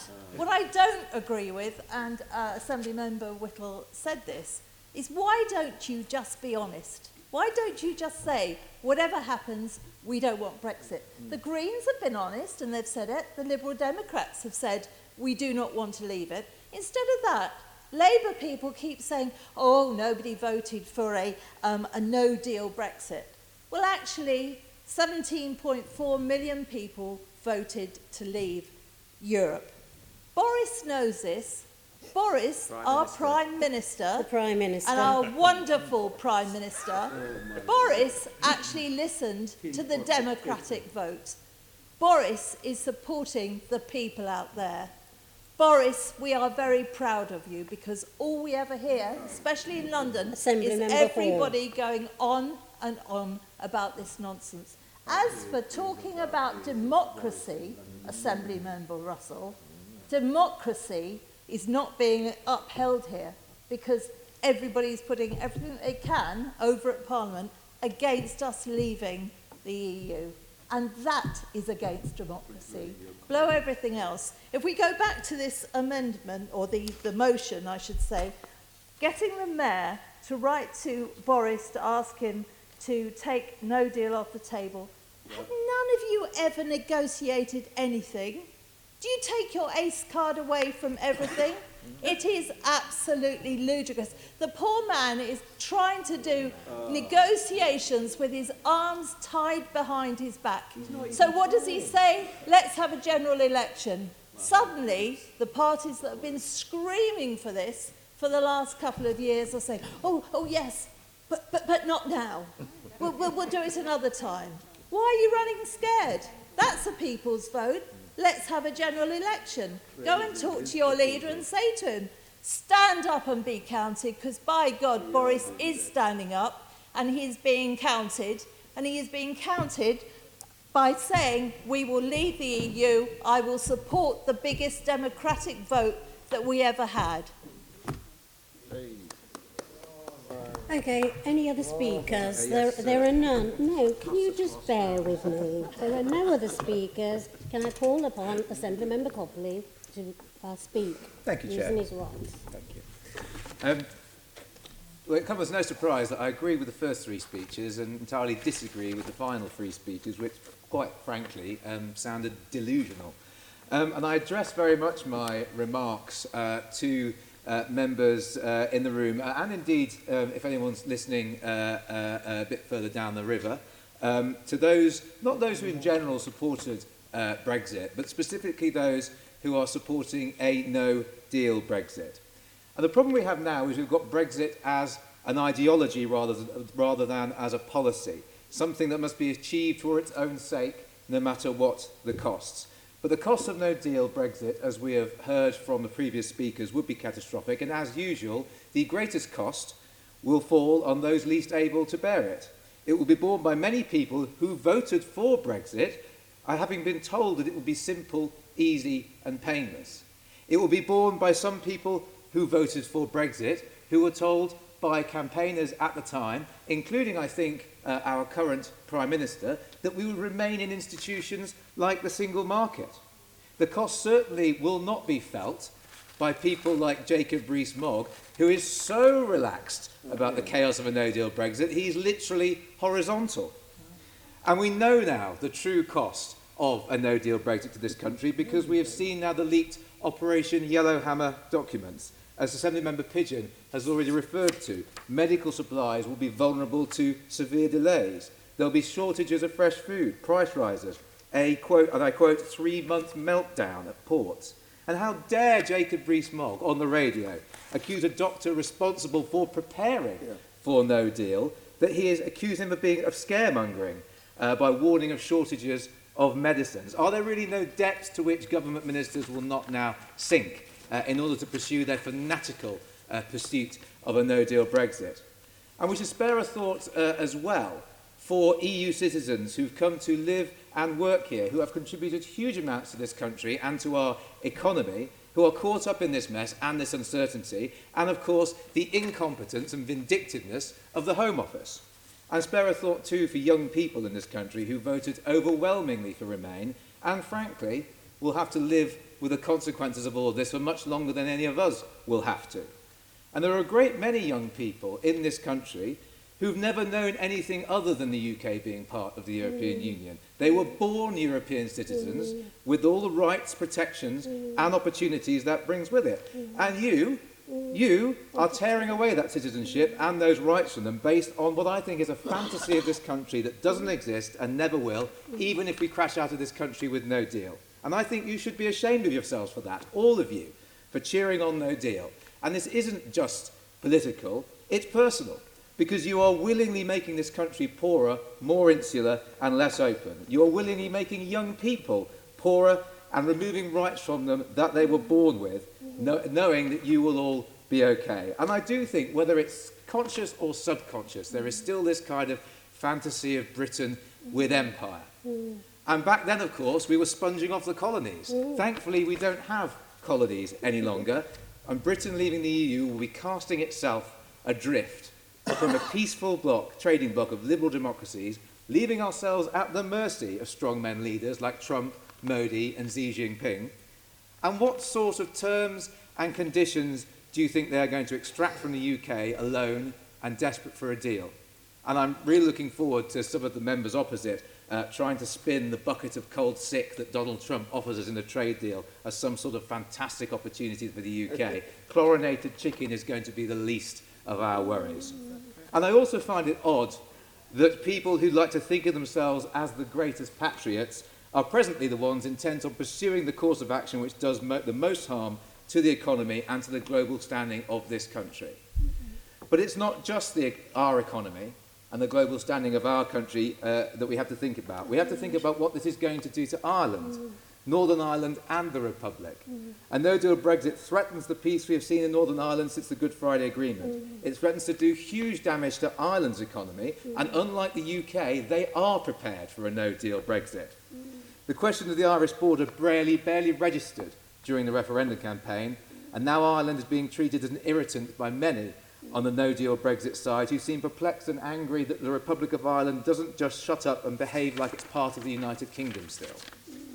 And all this pain and disruption for what? For blue passports, so we can do inferior trade deals with countries that the EU has already used its superior size and strength to negotiate deals with? Because you don't need to be a trade economist to know that 500 million people is a bigger number than 60 million people. Thank you. And I'd like to call for a named vote, Chair. Yes, it's in your right to. Can I call upon the mover for a summation? I'll waive my right to have a summation. Sorry, Deputy. I'm just incredulous to think that she had more to say. Don't be so rude. I have actually. I've written it down, but out of respect to colleagues, I decided not to say it. Thank you very much. Pleasure, Thank Chair. you. Now, we're just getting the register for the name vote, because I noticed at least 4 members who started this meeting missing. So let's cross their names off the register. And can I just say to you that after this name vote and this vote, I'm going to ask you to support me moving to item 8, because we have to have an agreement on that paper, because it's to do with people's salaries. And then we go back to the 2 motions. Item 8. Look at item 8. Oh, item 8. We're going to go to item 8 after the vote. Agreed? Thank you. Okay, so we have the names. Assembly members, I will call names alphabetically with the Deputy Chairman and the Chair listed last. Can I ask you to indicate, please, if you are voting for, against, or you are abstaining? Assembly Member Berry. Assembly Member Copley. 4. Assembly Member Desai. 4. Assembly Member Duval. 4. Assembly Member Eshalomi. 4. Assembly Member Gavron. Assembly Member Hall. Assembly Member Curtin. Assembly Member Pigeon. Assembly Member Russell. Assembly Member Dr. Sahota. Assembly Member Shah. Assembly Member Twycross. Assembly Member Whittle. Assembly Member Arbour. Against? And Assembly Member Arnold. 4. That is 12 votes in... apologies, Assembly Member McCartney, apologies. That is 13 votes against Chair and... 13 votes in favour and 4 votes against Chair, and that motion is agreed. Thank you. Let's then, can members move to item 8? And item 8 is the Pay Award 2019-20 for GLA statutory officers. Can I ask the Assembly to agree the recommendations set out on the agenda? Do you need me to read the recommendations? They are in front of you. Okay, agreed? Thank you very much. Okay, let's go back then to item 6.5, motions. Motion in the name of Assembly Member Desai. Thank you, Chair. This is a fairly straightforward motion, and I somehow don't think that it will arouse the same level of passion that we've just seen in the motion that we just passed. But it is still nonetheless an important motion. The government has announced an ambition to recruit 20,000 police officers throughout England and Wales, and this was confirmed in the spending review yesterday. We strongly support the need to get more police officers back on our streets. This government appears to have finally recognized that cuts have consequences and that the public safety has been put at risk as a result. Government cuts have led to London having fewer officers. In 2010, the Met had 33,367 police officers for a population of 8 million. By the end of last year, we were left with 29,693 officers for a population that had grown to 8.9 million. The result has been that our police officers are stretched and overworked. Years of cuts have placed a great strain on officers, and just yesterday, Deputy Commissioner Stephen House told the Police and Crime Committee about the extraordinarily high number of police rest days that have been cancelled this year. We are concerned that this 20,000 figure is likely to include recruits to central bodies like the National Crime Agency, which would mean the number of officers available for local police forces would be considerably less.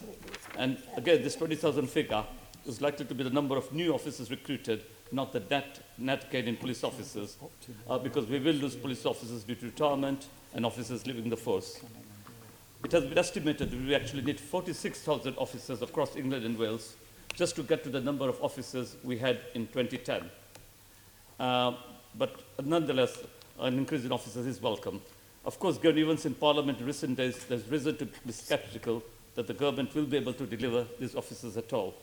But we should, as an Assembly, reaffirm our support for more police officers, and we do welcome the ambition to recruit more officers. As the motion says, the Mayor has called for London to receive 5,000 of these officers. The Commissioner in the Standard last week said that she wanted 6,000, 5,000, 6,000. Let us not sort of have an argument over numbers. London does need more officers on the streets. This Assembly has been at the forefront of these calls, so I hope members will support this motion and send a united message that London should get the number of officers which it deserves. Thank you. Okay. A seconder? Assembly Member Esheloni? Formally. Right, speakers? Assembly Member Hall? Thank you, Madam Chairman. My group, the Conservatives on the Assembly, have always said that we need more police officers in London. I have always stood up, as you know, for policing in the city and been mortified at the situation we have been in. One thing I need to say to all of you is that last February, or February before, Sadiq Khan said that he was going to recruit more officers. It took him 6 months to start recruiting, having announced the money for it. Boris Johnson came to power 6 weeks ago. Recruitment started today, 6 weeks after, whereas it took this mayor 6 months to start recruiting more officers. There is more money in the budget for the police officers than there are police officers. That is a failing on behalf of the mayor, because he is in charge of the Metropolitan Police. He should make sure that the amount of officers that we have money for are in place, and he did not do that. We absolutely support this. We support writing to whoever asking for as many police officers as you can, and you will absolutely always be able to rely on our support. So much so do we support extra police officers that the Conservative group's budget amendment on the 25th of February 2019 was to increase police officer numbers by 1,378. We showed you all where that could be done. We showed you where the savings could be made. We pointed out that since Sadiq Khan has been our mayor, his amount of money that he's put in for PR has gone up from 6.4 million to 9.4 million. Some of that money could have been going into extra police officers, and yet none of you supported our amendment. We were passionate about getting more police on the street. We showed you how to make the savings. We showed you where to get that money from, and yet none of you supported that. We absolutely support our mayor in asking for more police officers, and we absolutely applaud Boris Johnson for putting more money into policing, and it will absolutely benefit our city, as indeed it benefited our city when he was the mayor of London. Assembly Member Arnold. Yeah, I mean, can I just stand up and say, as a former member of the Metropolitan Police Authority, and just to remind members who weren't here during that time, and then to remind members who maybe was here when the current Prime Minister was Mayor of London, just to remind them of his policy around the cuts that were endured by the police service, and just refer them back to the minutes of the meetings of this Assembly's Police and Crime Committee when the Mayor was in front of members of that committee. And I see my colleague nodding. And we were not begging him, we were putting evidence in front of him about the consequences of the cuts that were proposed. I will never forget it. I represent 3 boroughs that every week they have Section 60, if you like, implemented. So I'm not going to come here and be given lessons or told about police numbers by you, Assembly Member Hall. There are many of us who, for the last 20 years, have been on this. And it was Assembly members, and it was a former deputy of policing, a Conservative, who stood and always said, police numbers do not matter. And we were appalled at him. And now he's got, is he the Minister of Policing? And so I just hope he doesn't choke on his past words. Where he would regularly appall us when we put the case and said no. And let me just say, the issue about new police officers, it's great, I welcome them, but I just have to say, what about the absence of sergeants in the system? Do we really think that bringing in 5,000 or new officers is going to be helpful overnight? Well, I can tell you it is not, because you know why? I spend every day talking to police officers, and you know what they would really love? They would really like some leadership in the system, some stability. And without sergeants, and I don't know how we're going to bring them back in, so I would ask my colleague, who's chair of the Assembly's Police and Community Safety Committee, that at his next meeting, or wherever possible, he raises the issues about the missing sergeants in the system. The people who are desperately needed to guide young officers, to be the officers, to be the support that we need on our streets.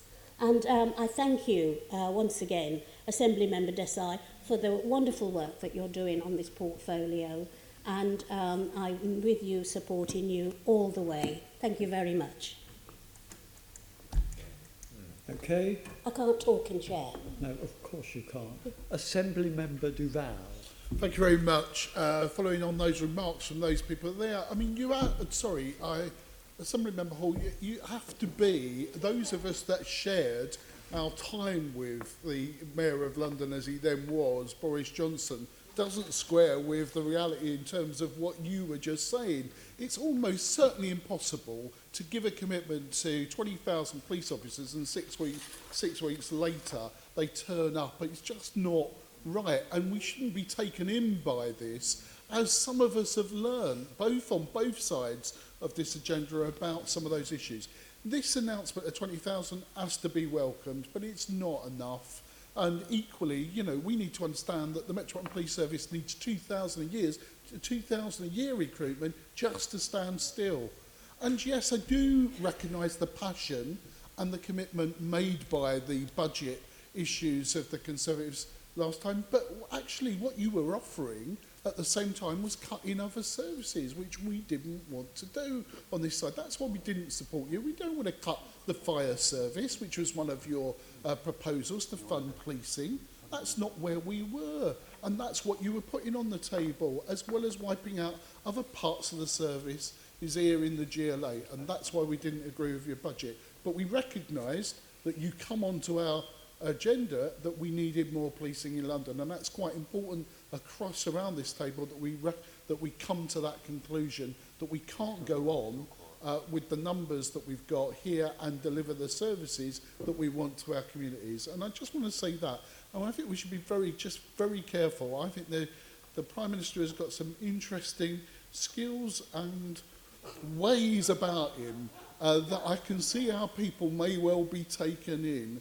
But, you know, a bit like the non-EU negotiations taking place at the moment, they don't exist. And he was a great seller of a vision. But actually, in reality, sometimes that vision don't exist. A bit like the deal, a 100-year deal with no break clauses in was not a great negotiating deal. It wasn't his finest hour, considering I support the other party in watching a game of football. It wasn't the finest hour, and it certainly wasn't in the public interest. Thank you very much. Assembly Member Desai. I'll be very brief. I think Assembly Member Arnold and Duval have really said it all. Just to reiterate, let us not forget that over the last 10 years, the Metropolitan Police's budget was cut by £1 billion, and we still have another £323 million of cuts over the next 3 to 4 years. Secondly, in defence of Sadiq Khan's budgets, let us not forget that his use of his budgetary powers actually stabilised police numbers at around 30,000. And I understand from Deputy Mayor of Policing that London will have 1,000 extra police officers by the end of this year. It takes time to train and to recruit and train officers. So really, I think your budgetary arguments were answered when we had the discussion around the budget a few months ago, back in February. So on that note, Chair, I hope that the Assembly does unite to support my motion. Thank you. Those in favour of the motion, please show. That is unanimous. We now go to motion 6.6 in the name of Assembly Member Copley. Thank you very much, and I do promise to be brief. This motion is about housing for key workers and the public sector workers that we need to keep London moving and working. And of course, for many key workers like nurses, teachers, paramedics, like so many other Londoners, are finding it increasingly difficult to be able to afford to live here. But these are people who earn too much to qualify for social housing, but could never be able to afford to buy a house, and for a lot of them, even shared ownership will be out of reach. I think this is why actually it's very important that the Mayor has created the London Living Rent tenure to try and address this sort of gap in the middle. But it's no good if we're building London Living Rent homes only to be losing the key worker housing that we've already got. And unfortunately, Peabody have been selling off the former Crown Estate key worker homes in the Victoria Park Estate and in other parts of London as well. So the point of this motion is very simple. We want the Mayor to work with Peabody to find alternative solutions and to prevent these sales from continuing. And I hope all members will be able to support this. Okay. Seconder, Assembly Member Arnold. Formally moved, Chair. Thank you. Assembly Member Berry. Thank you, Chair. This is an issue really close to my heart. Various members of us have worked together on this before. One of the worst consequences of the skewed and malfunctioning housing market that we have is that we're losing our most important public workers, our teachers, our nurses, our police officers, youth workers. I could just go on forever, because private renting is getting so unaffordable, and key worker housing just doesn't seem to exist anymore. I met with the Royal College of Nursing recently. Their research shows about 2/3 of their members, not just nurses but other health workers too, say the cost of housing has made them consider leaving. I've worked on several reports looking at where police live, and that consistently shows about half of police are forced to live outside of London. This is despite Lord Harris's report into the effects this would have on our preparedness for major incidents. So yeah, we've got a real problem here. Assembly Member Copley and I raised a motion on community-led housing in February 2017, asking the Mayor to work with the borough councils, the community-led housing sector, for getting public land towards more homes for community-led housing people, but also, I suggested at the time, promoting co-ops, community-led housing to exactly these groups of people. At the time, our motion was unanimously supported. This motion makes incredibly good points too. This issue does need to be dealt with. I'm very glad that the Victoria Park estate is mentioned. Another issue I've raised with the Mayor on NHS land is the sell-off of Queen Mary's house in Hampstead by the Royal Free Hospital. We can't just see our key workers forced out of London. I'm really supportive of this motion. I hope everyone will vote for it too. Assembly Member Both.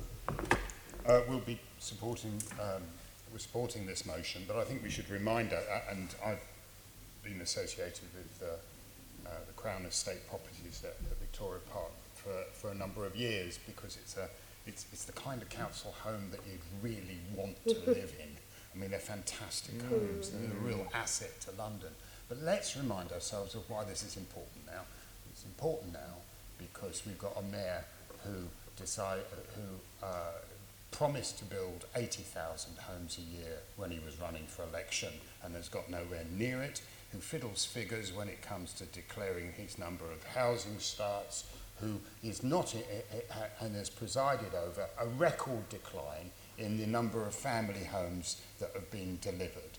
This is down to this current mayor's failure, and that's what makes this motion so very important. And I'm very pleased that Tom Copley has brought it to us today, because it highlights Sadiq Khan's failure in almost every aspect of housing. Thank you. Assembly Member Copley. Me. Well, I wasn't going to, but I think I'll have to now. I'm sorry. Oh, was there another? The chairman wants to speak. Oh, the chairman. No. I'm speaking as a representative of North East London, and within that constituency, my constituents who are under such pressure and feel threatened every day because they are retired key workers. And that's the thing that we sometimes miss, that those who have retired from our public services, who were able to get absolutely splendid accommodation, there is no, if you like, ease in their pension to be able to afford the new increases that are being asked of them by Peabody. So I do welcome this work, and I know that myself and Assembly Member Copley and others locally and the MPs over the last 4 years, we have been urging Peabody Housing Estate to live up to their principles and, to find a way of saying that the people, especially the retired key workers who have made their home in Victoria Park, should not be pressured, and there should be some understanding. And I don't know whether the London Living Rent tenure can be applied to them so that their rent is capped where it is, as the idea that you've given your life to public service in the city. Many of them worked at the local hospitals, delivered the children, helped bury the dead in their areas, that they should now be forced out of their accommodation, and at ages over 65 should be now forced to be looking to move away from their locality. I do want us to continue the pressure on Peabody, and if we can get the help of the Mayor, that would be really appreciated. Thank you very much. Assembly Member Copley. Thank you. Well, very briefly to make response to some of Assembly Member Boff's comments. He must be reading a different motion to me, because I don't see an attack on Sadiq Khan there at all. And I don't know where this 80,000 figure is from. It wasn't in the manifesto. I thought candidates stood on their manifestos. And we should also remind ourselves that in the last 2 years, he has hit the targets he's agreed with the government, delivered a record number of affordable homes since housing was devolved to City Hall, and indeed brought back social rent, homes at social rent, after they were basically abolished by Boris Johnson. So I'm quite pleased with that. Of course, I'm sure Assembly Member Boff will be banging on the doors of the Ministry of Housing to get them to give us the £4.2 billion a year that we need for affordable housing, and perhaps he could have a word with the Prime Minister as well. Those in favour of the motion, please show. Unanimous again. Hooray. Thank you. Thank you. Item 7, can I ask the Assembly to note the commitments made by the Mayor during the London Assembly Mayor's Question Time meeting held between May 2016 and July 2019. Noted. We've dealt with item 8. Item 9, future meetings of the London Assembly, and I do have a script. The Assembly will see that item 9 on the agenda seeks agreement to principal business for the November 2019 and February 2020 plenary meetings and summons in relevant guests to those meetings. I'm proposing a small amendment to the proposal as set out, namely that we invite the guests for those meetings rather than summons them. It's just the summons means that we can't have any flexibility. We require in these times flexibility, so I hope you will agree to that. And that you support the proposal that we use 28th November plenary to hold Q&A with matters relevant in London to the fire service, and invite Dr Fiona Twycross AM, the Deputy Mayor Fire and Resilience, and Danny Cotton QF SM. I will finish what I've started.